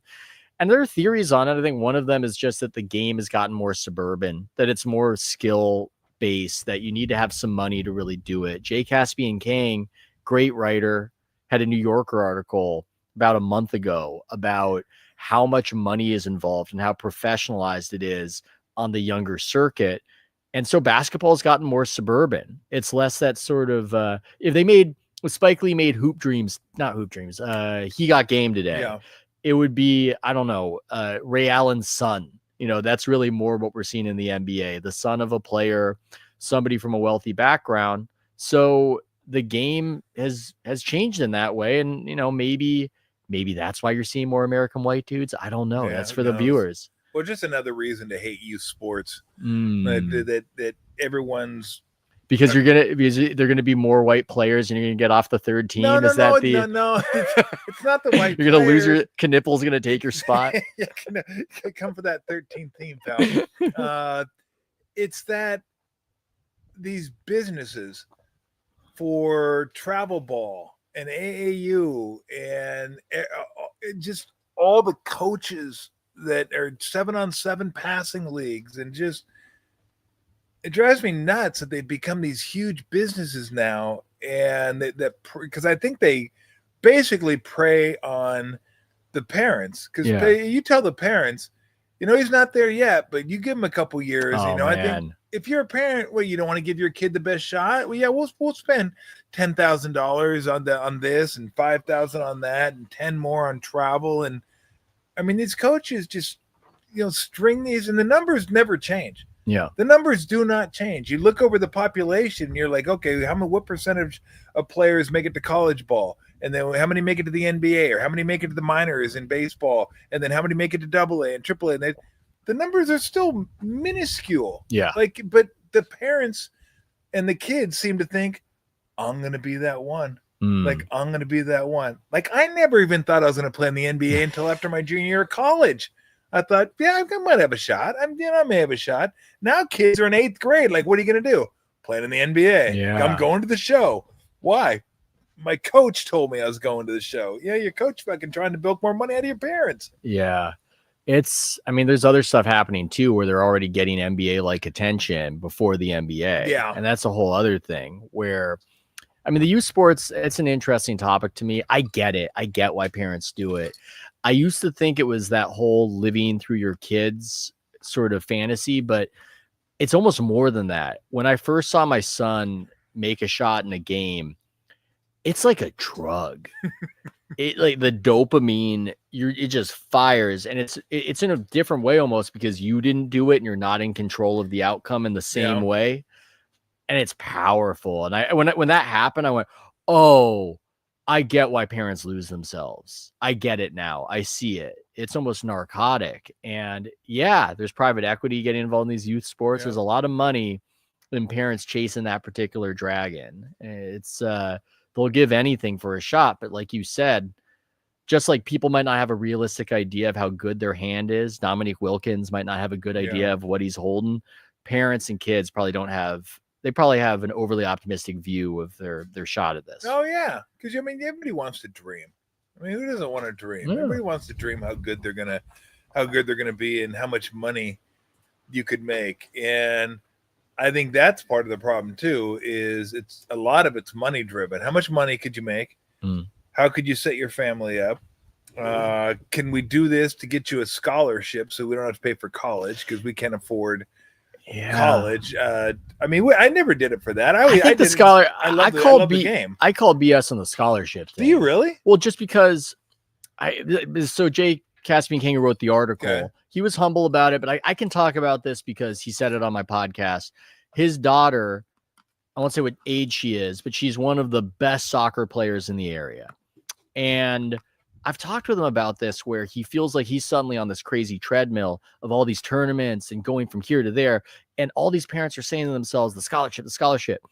When you really add it up, you're spending way more to get them to that opportunity than you would on the scholarship when you stack it up. So it's almost like the scholarship, I think, for a lot of people becomes an excuse for treating this like professional sports. You're doing it because you want to do it. You're doing it because there are just powerful forces involved, and it's easy to justify. If any of you are trying to get mad at me, I'm sure some people need the scholarship, but I do think I'm just saying that happens where people will say scholarship, but really it's about something else. Is there, do you think there's a status symbol in play? My kid plays for the oh my God, yeah. AAU Warriors who won the last under 15 tournament that carries some cachet with it. Definitely. Who wins under 15? That's one of the reasons why development in American sports gets screwed up. People say that about the soccer teams, that's part of the problem. And Kang was saying that in my pod about how they start trying to win so they're a more impressive program, the Danville Mustangs or whatever. But the stuff you do to win a youth sports game, that's not necessarily the stuff that's great for developing as a player later on. And in Europe, incentives are aligned for these soccer teams because it's the academy system, and they pull these kids in at a young age. And Barcelona or whoever, they don't care if the kid won their game against whatever team. All they care about is that kid when they're 17, 18 years old being able to be a professional soccer player. I'm not saying that's good. I'm just saying that it works better. And I think with soccer and maybe to a certain extent basketball, the vanity is part of our system, and it's these parents saying we're the best team, and that's just Just doesn't count for a lot. Yeah. Well, they should do a study on youth coaches. I remember when I was coaching one time, I always tried to play man-to-man just because it's going to teach them more. It's easier to play zone when they're younger. Yeah. Just stand in this spot, guard this spot. It's harder to get them to play, understand man principles. And, we're playing like, what was it, 5th grade, 4th grade? So they're like 10, 9 years old, something like that. Yeah, people out there playing boxing 1. Yeah, they want to win. Like, fuck, what are we doing? You boxing 1? Like, no one understands that. Yeah. Like, my team's not going to be able to handle that. That's I'm not going to be able to. Like, well, what are you doing? That's how Vivek Ranadive got that glowing chapter in that Malcolm Gladwell book before he bought the Kings, because he had his daughter's basketball team. I can't remember how young they were, but they were playing full court press, and Gladwell was depicting it like, this guy's a genius. And you read it and you go, this guy's a jerk. It's an asshole. And you see him by a team and it doesn't look too genius. Yeah. And no, he does not. he tries to do the 4-on-5 thing he was dabbling with as an idea. Yes. Remember that? I remember I asked Alvin Gentry, because he was Warriors assistant coach then, and I heard the Kings job was open. And I said, hey, Alvin, would you do that if owner wanted that? Would you do that? Would you play 4-on-5? And Alvin Gentry said, shit, for 3 years, $15 million, I'll play 3-on-5. I was all about that. Get that head coaching money, baby. Let's get that head coaching money. All right, before we get done with we're kind of good with violence in sports. Yeah, football good. We're pro violence here. Yeah, we're pro violence in sports. Pro, it's football solid.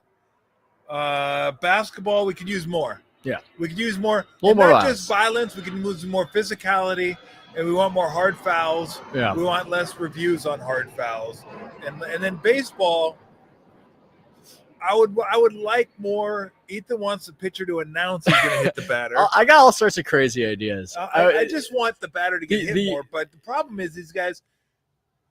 There's a trepidation there because these guys don't know where it's going, and I don't want someone to get killed. But I want the threat of violence. I want some physicality in my sport. It just makes for a chippier, better, competitive game, and that's what I want. I want someone to not like. I like it when someone doesn't like who they're playing against. It's much better than, oh, let me help you up and pat you on the ass before you go to the free throw line, even though you're wearing a different color uniform than I am. Yeah, I mean it's simulated war. That's what we're doing the sports for. I think it's good for society because we kind of get out some of those emotions without it being real. But that's one of the reasons we like it. These are battles. Yeah, let's have a rollerball league. Can we get that? Or I got rollerball right to the. I got more wacky ideas for baseball. What the offense gets a safety who roams the outfield and potentially hits the outfielder as they're trying to catch the ball. What are we doing? Manfred's open to it. He's trying some crazy things. You're on dope. I just wanted to see your reaction to that one. But I do think I'm with you. We'll circle back to basketball just for a second. I think getting rid of the corner three is the only way to go. See, that's extreme to some people. I don't really even like it because it messes up the aesthetics. It's a gimmick. Court. But I don't know that you have a choice because they're not widening the court. Like ideally, if you could widen the court another 5 feet on each side, problem solved. Yeah, they're just not going to. Logistically, they're not going to do that. But that would be the way to go. Other than that, if you cut the corner threes. And you don't even need to cut that much off. You can just move that line up all you want to. You can move it up 3 feet if you want to. You can move it up 2 feet if you want to. My problem is the risk reward in that shot is gone. Yeah. Because mathematically, if you shoot 33% from three, that's like shooting 50% from two, which was always good. 50% from two was always good.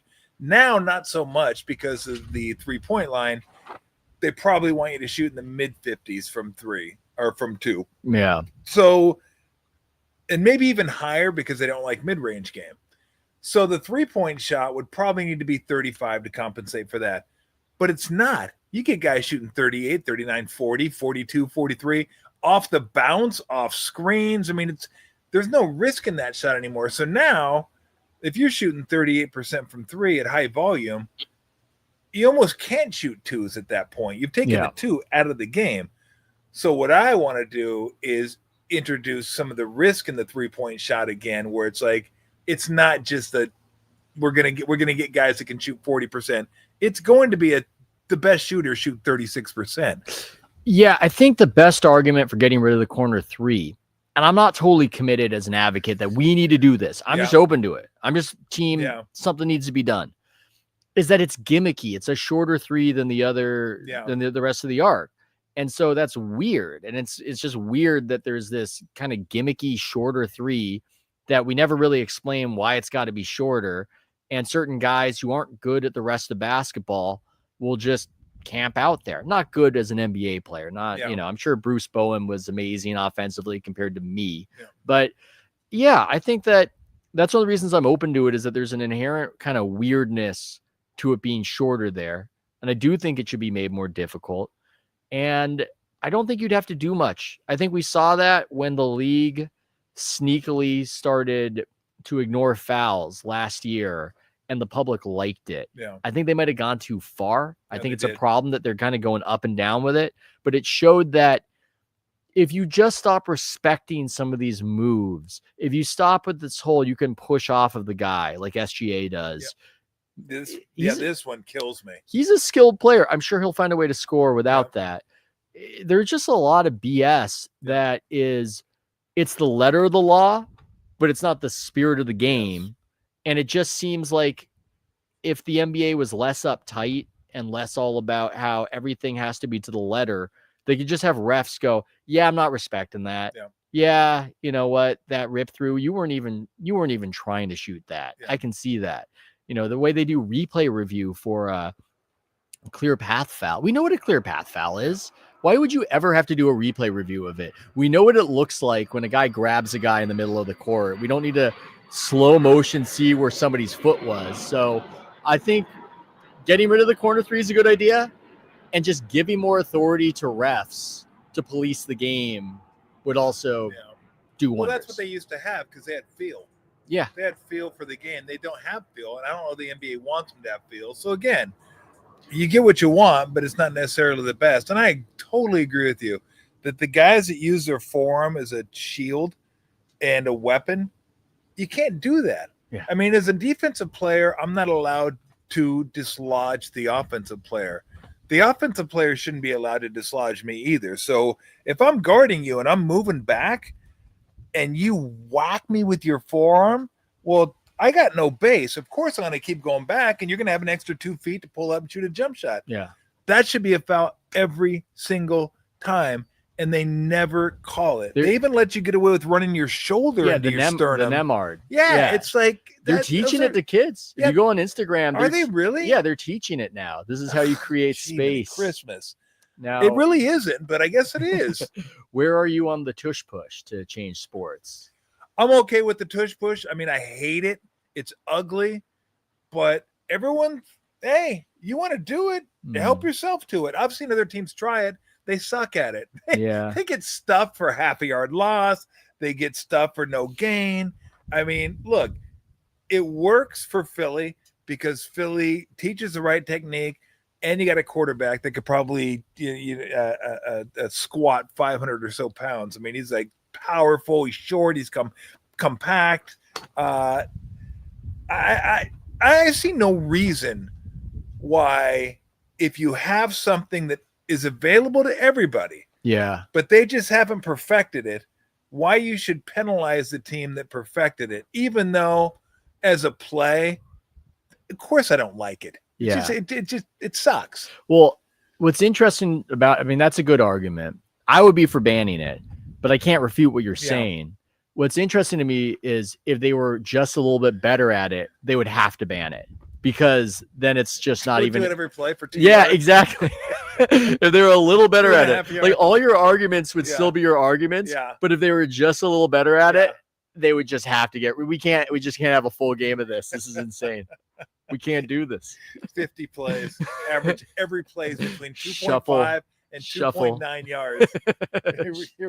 Here we go. We're not going to throw the ball at Oh, yeah.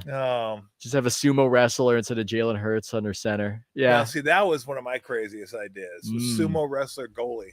Oh. Yeah, we tried to get Doug Wilson, the GM of the Sharks. Ralph and I would have him on. We go, hey, what do you think about a sumo wrestler goalie? Like, just get somebody super fat and stick in between the pipes. Because just by his body mass, you're not going to have a lot of room to shoot. There's going to be like little corners, little crevices. Do they have fast reflexes, though? I mean, no. All you got to do is be fat and go like this and just fucking take it. Like, as long as you can wear the puck, like, you're just getting ding, ding, ding, ding. Like, you're probably going to have like what a crazy life that guy leads. He's born in Japan. He becomes a sumo wrestler, just crazy enough. And then he goes to America, where his job is just to be fat and sit in the goal. Exactly. And just get hit with hard rubber. Yep. And just like do this with your hands, just so it's like you gotta time it right if you want to get it in the corner. I don't know why it's funnier when you do the hand thing. Here we go. I'm gonna shoot for the top right. Oh no, it's top left. Oh. We're at the amusement park. Oh man. But I mean, think about that. I mean, and I said this too one time, and people were like, "That's the stupidest thing you've ever said." And I go, "I've said a lot of things that are really stupid." I think I've said 4 stupider things on this. I said, live stream. If I'm an NFL player and I have the ability to grow an afro, wouldn't I grow a big afro to put on my helmet to buffer the helmet and the head to help me with concussions? Wouldn't the bigger the afro? That's basic physics. People are like, well, that's dumb. I go, well, no, it's just more mass. I go, it's not a lot. I go, it's probably not cutting down like 10%, but what if it cuts down 0.5% because of the thickness of your hair between your helmet and your scalp? Like I'd be like, I'm growing my hair all summer long to get as much hair as I can. I mean, look, I don't know. Here's the thing.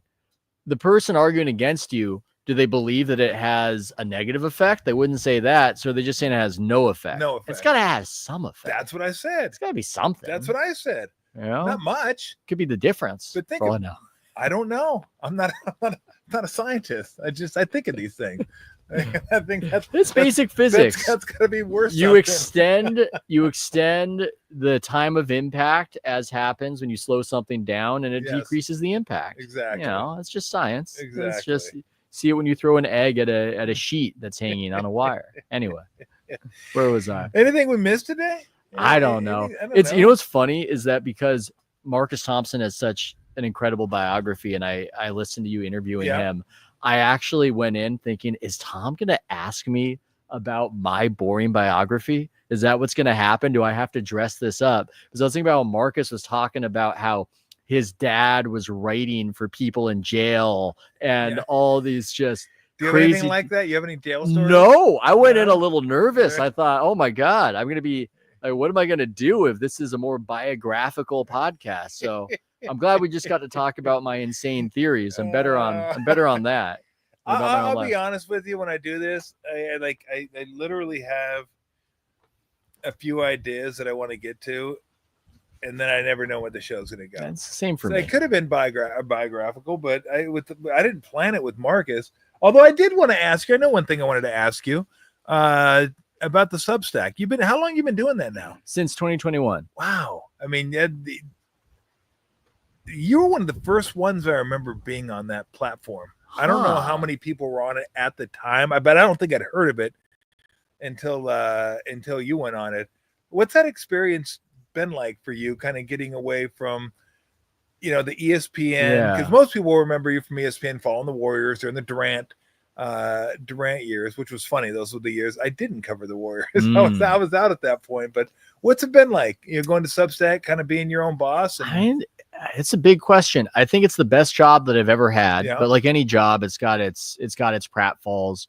What was big with Substack that sort of, it's funny, Substack's more popular, but there's less money in it now. Okay. Because when Elon Musk bought Twitter, they really accelerated the banning of links, and that's how people found out about your articles. Okay. So when I was starting out, thought, oh my God, I'm going to make millions of dollars. It's insane. The arrow is going up. Yeah. And I do pretty well, but it didn't go like that. Yeah. And it kind of taught me some humility, because I realized that I'm not as in control of my own career as I thought I was. Yeah. I actually don't get credit for Steph Curry having been really great at basketball when I started covering the Golden State Warriors. That wasn't me. I didn't do that. That there are these other forces. I think you should always work hard and take some pride in what you do. But experiences like that taught me that, there are these external factors, and you've just got to be good and consistent, show up to work. And I think that it's been great. I think the ability to be able to say whatever you want to say is something that's really important to me. That doesn't mean that I have anything special to say. Yeah.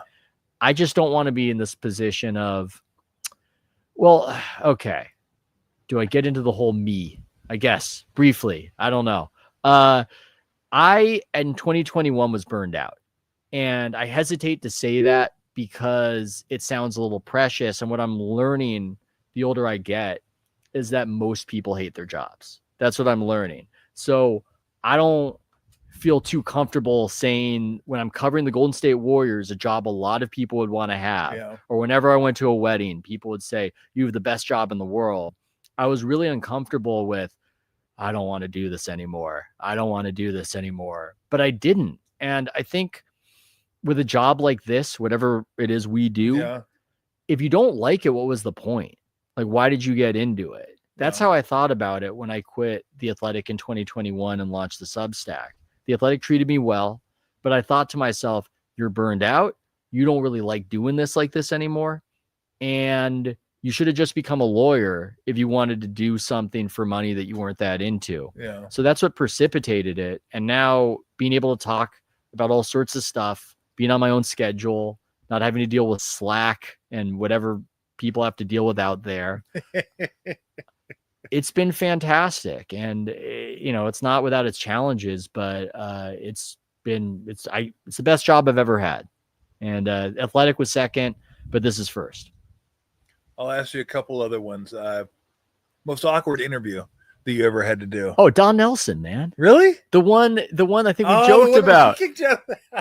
We got high and he kicked me out of his house. That's so Nelly. He got all crazy. That is so Nelly. Tell people that don't know exactly what happened. Oh my God. I went down to Hawaii for vacation, but I was vacationing in Maui and I knew that Don Nelson was in Maui. And I thought, like maybe I can make a little work trip out of this. I don't know. I was being that ambitious. And my poor wife, I take her, I reach out to Don Nelson. I don't know him like you know him. I don't know him. But I reach out and he's going like, sure, whatever, ask me about whatever. And I was saying he had become this weed farmer and I had seen that he'd given up alcohol and he had switched to weed and I was curious about it. So I go in there and honestly, it felt like that scene in Boogie Nights where the firecrackers are going off and the Jesse's Girl is playing. It's just the TV is blaring. Some horrible thing had happened, some mass shooting. So it's like blaring. Nelly's got this bong, he's got this pipe, and he's just sort of feeding it to us. My wife smartly doesn't smoke anything. I do. Crazy tragedy, full volume on the screen. Nelly's got his big feet on the table. It's a poker table or a pool table. I can't remember. I'm looking at toenail clippings on there. He's got this friend named Amir, who's a nice guy, and they're just babbling about Watsonville real estate. And at some point, because I'm just trying to connect with him, I mentioned Tim Kawakami, and he's just really high, and he says Tim Kamikaze. And that's when the interview shifted, because he feels like he's made some sort of ethnic faux pas. And I don't care. I'm not the kind of guy who's going to like Don Nelson just called Tim Kawakami kamikaze racist. Like, I'm not going to do that, but he doesn't know me. I can't earn his trust. And I'm really high. And I'm starting to ask him these questions about having been an alcoholic or whatever. And it's not going great. And he ends the interview and he basically kicks me and my wife out. And I forgot something. I can't remember what I forgot. Maybe a backpack. And I had to slink back in there. And I think I can't remember. It's in the article, but when I walked back in, Amir and Don Nelson said something that I thought meant, you can come back in, or like, oh, da, da, da. But they were actually looking at the Watsonville real estate and talking about what they're looking at on the laptop. And then it was just even more uncomfortable. So yeah, that one I would say it's probably the tops for me right there. Did you get did you see the painting? With Owen Wilson and Woody Harrelson and Willie Nelson. Oh, it's about the poker table. There's there's not a lot I remember. There's not a lot I remember about that. Because we were there. We were at the same house. It was me and Lori and the kids. And we'd sit around the poker table and play cards. And I remember Weston one night we're in there playing cards. And he looked up at the painting and he goes, that looks like Owen Wilson and Woody Harrelson. And I go, yeah, you don't know him, but that's Willie Nelson right there too. And he goes, really? He goes, wow, that's a great painting. I go, well, they were all here playing poker at Nellie's house. They had him take the do the painting. He goes, wow, that's incredible. I think my favorite story was when the guy died at Nellie's poker game. He just died right there at the table playing poker, and they just kind of sat him back and kept dealing and kept playing until the until the ambulance got there. It was like, well, look, if he's gonna go, he'd want us to keep playing. On a different plane of existence. now him and Gilbert Arenas are both on their different planes of. Nelly is wild. Oh my God, he's just wild. Woo. All right, before we get out of here, this one I don't really even have an answer to this one, but I thought you might. Okay. Is there because we can both, that's the great thing about what you do, what I do. We can talk about whatever the hell we want to talk about. I don't care. Who's gonna cancel me? The neighbors? They don't care. They think I'm funny. Is there a third rail topic now in sports or sports media that people are kind of like either, because I always thought it used to be female broadcasters. Like you couldn't criticize female broadcasters because if you did, you're sexist. But I was always like, well, if I can be critical of male, I got to be critical of female. That's a tricky one. But it was like you had to navigate. And what happens is either you're gonna not say what you want to say, or you just say, well, I haven't bothered. I just won't even talk about it. That's what most people like, do. It's just like it's too much effort. Like and I'm wondering, what's that topic? Because I think we've gotten past that now. I think we've gotten past that. The black quarterback was one of them probably like 15 years ago where you had to be careful about talking about, and now I think we're at a point, I don't care if the quarterback's black. I don't care if he's Hawaiian, Tua, if he's white. You can just talk about them, whether they're good, they're bad, or whatever. It doesn't matter. Most people take it for what it is. Where are we at now? Is there that topic you look at and go, there's an entire league. What's a third rail topic? And it's called the WNBA. Is that a third rail topic? I think that's a topic where I think a lot of people just don't want to be blunt in certain assessments because there's blowback, but a lot has shifted. I think social media shifted. I think Elon Musk buying Twitter, while it hurt me financially, it changed some of the reactions to controversies and how things would sort of spiral into cancellations. That platform operates differently now. Yeah. And so I think there are third rail topics, but it's not like it was a few years ago where it felt like you could really trip a wire almost accidentally.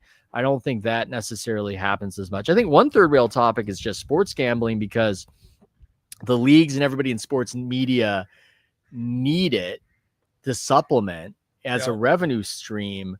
But then I don't think that we can be completely honest. And I don't say that with moral judgment. If I was at the Athletic, I would definitely be taking gambling money or whatever.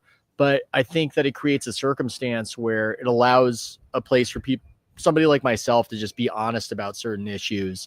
And if it's the Emmanuel, I'm glad you pronounced it correctly. I would have pronounced it phonetically like an idiot. It would have been an indictment of me and my worldliness. I think that's one that's tricky because everybody's got sports media dollars that when these scandals pop up, I don't think it's as easy to talk about. You chose a good one though with women announcers. That's a tricky one. You know what? One of the reasons why that's a tricky one is because sometimes people like an archetype and it's not fair to people outside that archetype, but it's show business. Yeah. I don't know why people want their nature documentaries narrated by old men. I don't know. Yeah. And there's no racial breakdown to it. They love a David Attenborough. They love a Morgan Freeman. Yep. That's what people like. Is that fair to people who aren't that category? It's probably not fair. And announcing is one of these things where if people want a gravelly voiced Kevin Harlan type and that's what they're into or whatever, and that excludes at least 50% of the population, then that's unfair.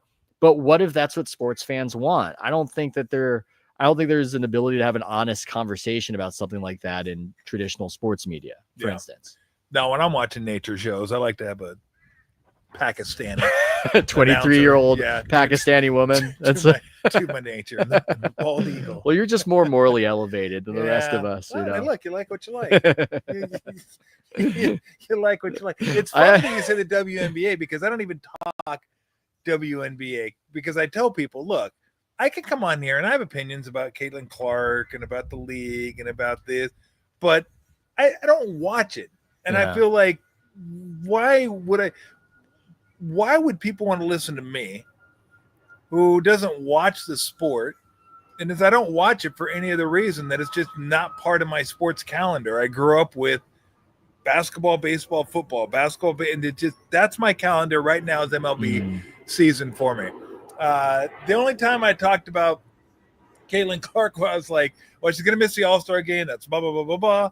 And then I looked at her numbers and I go, wow, she's bad. Everybody says how great she is. She's shooting 37% from the field, 28 from three, 2 for her last 35 from 3. And it's just, look, it is a real thing. If someone's white and good, they're going to be front and center. That's just, sorry. You talk about white privilege. That's just the way it's going to be.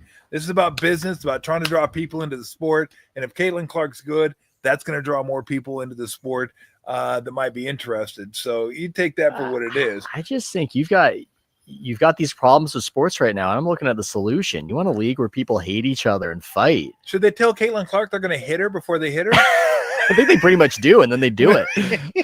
I mean, the difference of the WNBA is that they're Rick Mahorn, they're Charles Barkley, is Sophie Cunningham, the most attractive player in the league. You're not interested in a league like that? No, I'm not. That's not intriguing. I'm just not. I'm not. Again, I'm watching the Giants, I'm watching the Angels, I'm watching baseball. That's just the way I grew up, right? It's baseball season. Baseball season leads into football season. Once baseball playoffs is over, it's basically football with basketball. Basketball truly starts around the new year. I mean, obviously, I'm calling the Warrior game, so I'm still following the NBA, but really, it's football, Super Bowl, bowl games, championship games. Then it's basketball, March Madness. Although I don't watch as much college as I used to. Either. They've kind of ruined it. Yeah, I used to be into college a lot. Now it's like, whatever. And then basketball's over late June.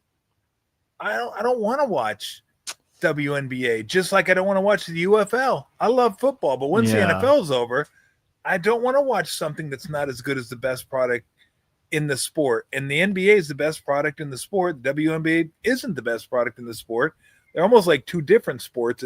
But that's not even the point. The point is, I'm a baseball fan. I still love baseball. That's my time to watch baseball. Yeah. That's my clock. It's like people, oh, you don't watch the NBA? Why? They just assume like you're sexist because you don't watch the WNBA. And I watch the NBA. I go, it had nothing to do with that. It's just, I'd rather watch baseball. It's a weird thing when a league becomes a moral cause too, where it becomes about, I remember, and again, times have changed, things have shifted, but I remember Fred Katz, who was an NBA writer, once tweeted that basketball started back in Washington again because it was opening day of the NBA season and the Wizards were playing, and he just got dogpiled because what the WNBA finals are happening right now. And Washington Mystics are in it, and there's this whole. It was just crazy to me. It's like he doesn't have to care about that. Why do you need him to care about that? But that league is a rich source of content, even if not too many people are that invested in it. Just because it, for whatever reason, is this kind of epicenter of all these cultural debates. But I agree with you. Caitlin Clark's got to play better. I mean, that's just. I don't care who knows that. I will say that. And I'm okay. Like, if you like to watch it, you're invested in it. Look, the Valkyries are doing great. They're selling out Chase. It's awesome. Good for them. Good for the people. Just leave me alone. Yeah. Okay. Yeah. Have your fun. I don't need to be included in your fun for you to have fun. All right. Just.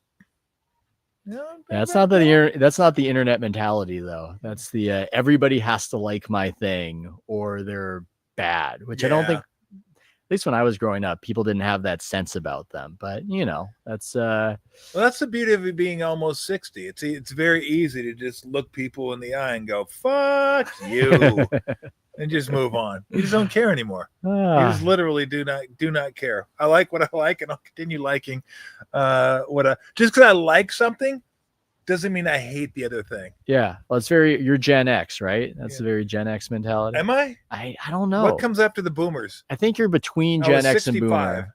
Yeah. I don't know. I'm not an expert on this. Either I have no idea. Yeah. I just know the boomers. Gen X. Is it Gen X? Okay, you were right.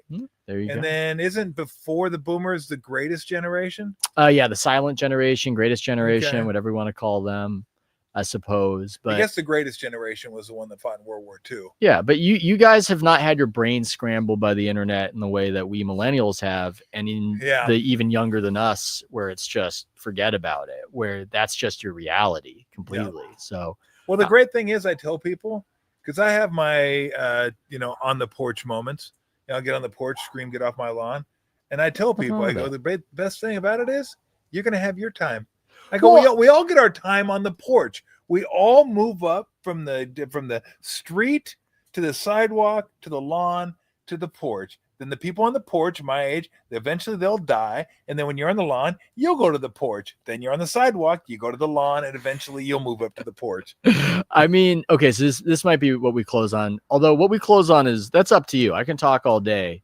No, obviously. No, I'm wasting your time. No, you're not wasting. I love this. Like even the bunny's a little bored of it. Bunny's like, it's okay. It's okay.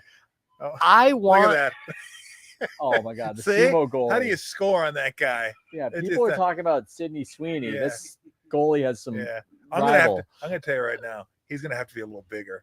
Like that's not big enough. There's a lot of holes in that net right there. Yeah, that dude might give up like not. It's gonna look the score of the hockey game's gonna look like he was playing against the Russians from '78. I don't know. Ring up like 14 goals. Where was it? Oh yeah, I want old people.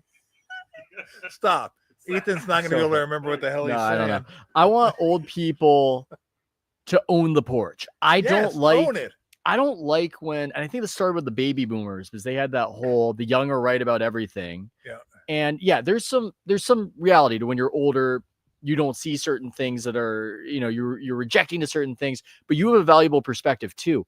I don't like when old people go, the young people are right. I'm not cool. Maybe this is old man yells at cloud. No, to have a balance in society, we need the old having that kind of porch and then the young rebelling against it. It messes it all up if the old people are trying to be like young people. It really does. That's what I'm saying. Go to your own concerts. Yeah. Stop fucking trying to fit in and stop trying to say the cool words of the day, okay? Mm-hmm. Just fucking be who you are. Because guess what?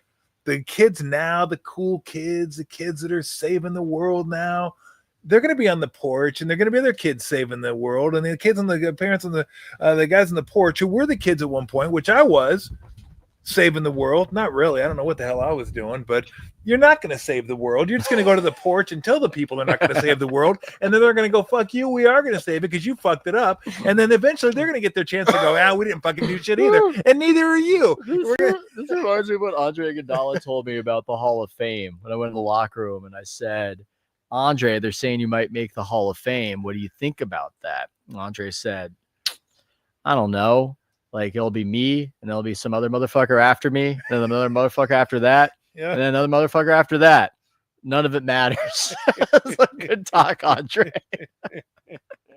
Well, it's funny. How long ago was the Greta Thunberg thing? About maybe 6 years ago, something like that. Oh yeah.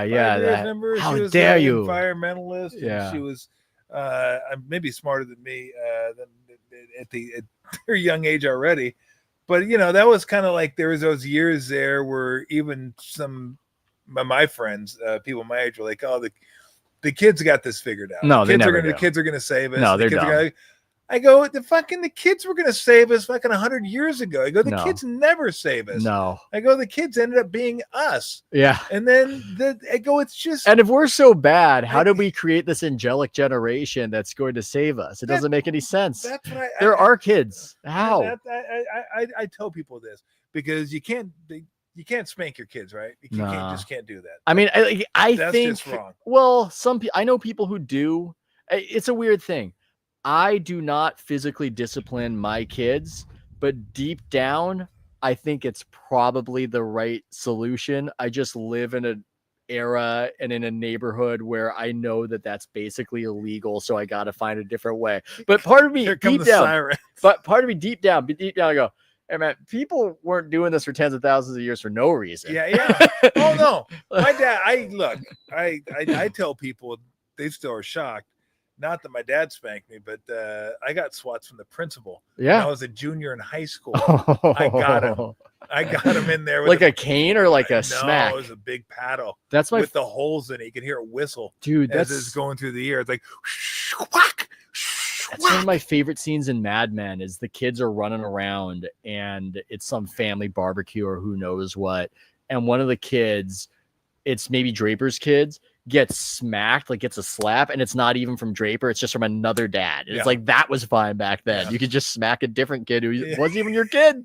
No, you didn't get shamed back then. Oh, it's like now you get shamed. It's like, why would anybody get mad at you? You're helping parent, you know? Yeah. You're helping your buddy. No, look, that's the way I got disciplined. And it's weird because this is part of my everybody's gotten softer, because I've even gotten softer because I may have spanked my kids 3 times. I was like, I don't want to do that. I don't want to do that. My dad didn't get. My dad was like, hey, shit, that's what I do.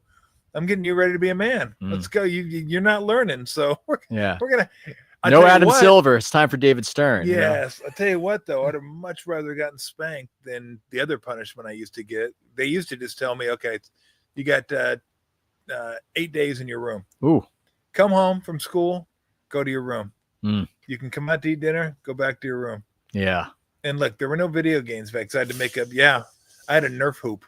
Yeah. And I played like 5. I'd write my own teams down, had box scores, would shoot on the Nerf hoop. Maybe this is why you made the NBA. Yeah, maybe it's a possibility. I'd rearrange my baseball cards, I'd just do whatever. But God, I mean, 8 days in a room and nothing, just like. And I think, I mean, I spent 8 days in there, no TV. I had a TV, I couldn't watch it. Did you lobby for spanking? Just like, get me out of this? No, because I knew I would have got spanking and I would have kept the sentence. I wouldn't have lightened. Let's put it that way. Yeah. I was in the middle of a 10-day sentence when I during the 80 Olympics. Dad wouldn't even let me out of the room to watch the USA Russia hockey game. I was like, Dad, come on. And he's that's like, brutal. He's like, sorry, can't do it. Well, because you did the crime. You're spending time in there. Did you have a good relationship with him when you were an adult? Yeah, I love my dad. I love my dad when I was a kid. Like I loved him like I loved Nelly. Yeah. Like Nelly was an asshole too. Nelly, my dad wasn't an asshole. He was just tough. Yeah. But Nelly could be tough too. And that never really bothered me. I always felt like they were doing it because they loved me and they were doing it because they saw more in me and I just needed to figure some stuff out. But no, I love my dad. They say that if you try to be your kid's friend when they're a kid, they won't be your friend when they're an adult. That you've got to be the parent, and that way later on you can actually be friends. Yeah. Now, it sounds good, and I try to remember that. And I don't know what gets it's hard, my though. son. It is. It's really hard. I mean, today, if you take away all electronics, that's worse than getting spanked. Yeah. If you take away electronics, it's like, oh God, my life is over. I don't have electronics, but no. And it's funny because spanking today, you're like borderline criminal. Yeah. You're like a borderline criminal if you spank your kid. And I'm like, I'm not saying beat them upside their head. It's their ass. They have cushion there. I had more than others, but you have cushion. It's okay. You're not gonna, it's not going to be a long-lasting, life-changing. It's going to hurt. It's supposed to hurt. So the next time you do what you did to get you that spanking, you might think, you know what? Maybe I won't climb up there. Yeah. Or maybe I will come home right after school. Or maybe I will call my mom when I'm going to be late. Maybe I will do those things because I didn't enjoy getting spanked. Yeah. It's moral scaffolding because they don't know right from wrong. They just know what you shouldn't do because it hurt or it didn't work out well. And then they eventually understand the reasons for it later on. But yeah, I don't know. It's weird. It's weird when you can't do something anymore because in the context of this society, that'd be a crazy thing to do. And you just can't do it. It's off the table. No, it is off the table. I don't do it. I don't do it. For any authorities watching. Secretly, Well, I suspect it would work, but I don't. Here's the thing. My dad, obviously, and men of his generation were able to wear it better than you or I, because I did it. It was short-lived for me because it was just hard on me. When my dad used to tell me, and I thought it was the biggest load of bullshit ever when he goes, "Oh, this is going to hurt me as much as it hurts you." I was like, yeah, right. It's going to hurt you. But when you're a parent, you get it. Like, it hurts. When you spank your kid, it's like, oh, that felt like absolute crap.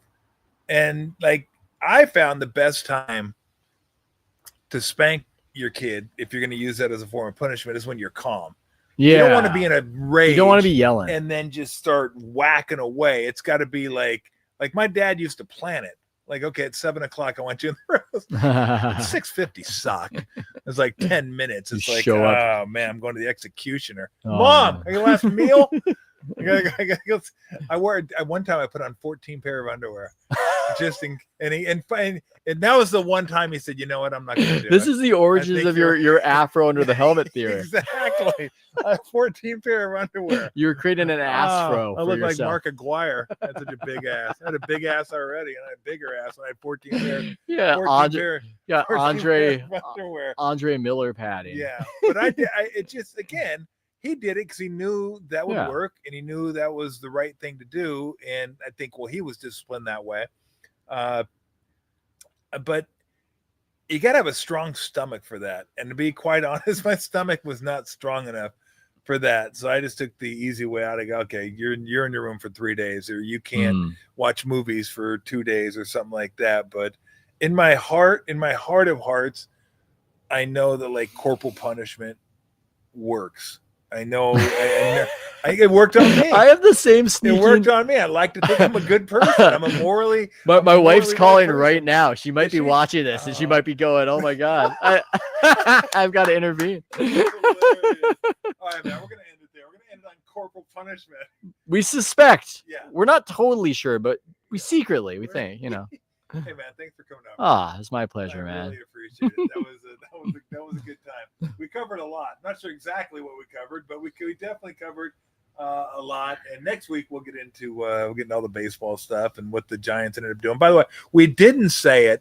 Camilo Duvall is also going to New York. Yeah. He's going to the Yankees. Rogers went to the Mets. Camilo Duvall going to the Yankees. So the Giants not really tearing things down, just acquiring some more assets and kind of staying the same. And it's basically, hey, let's see what happens. We're not going to go for it. We're not going to be the Padres. We're not the Dodgers, clearly. Let's just kind of stay here and see maybe if something crazy happens. But this thing, when they went out and got Devers, it wasn't just about this year. It's building for the next 5 years or so. They got him long-term. They got Chapman signed up. They got Adames signed up. They got Lee signed up. So this is the team. And it's not just about making the best team this year. It's about what can we do over the next 4 or 5 to continue to compete in the NL West. But I'll tell you what, AJ Preller, that dude is an animal when it comes trade deadline time. He just doesn't give a flying F. Ethan, thank you very much. Thanks for having me, Tom. I hope I didn't get you in trouble with the I think corporal punishment. Tom. No, I think I'm fine. I don't think it's an unrelated call as far as I can see. Okay, I'm okay. What's going to happen? Who's going to fire me? I got my own thing. That's a great question. There you go. And who's going to fire me? I don't even make any money. Who wants to fire me? Thanks, Ethan. Appreciate it. Thank you. All right, we'll be back next week. 3 shows next week. Then a few shows following week, and then after that, we'll be Germany for a couple weeks, and we'll do some live stuff. I think we're gonna do some live stuff from Germany while we're over there, maybe from the bar Remember, you got to order your beer in Germany like this. That's one over in Germany. That's two. Not this. That's two. You got to use this. You know why? Inglorious Bastards. Right there. That's what I learned from Inglorious Bastards. See you guys next week. Have a good weekend.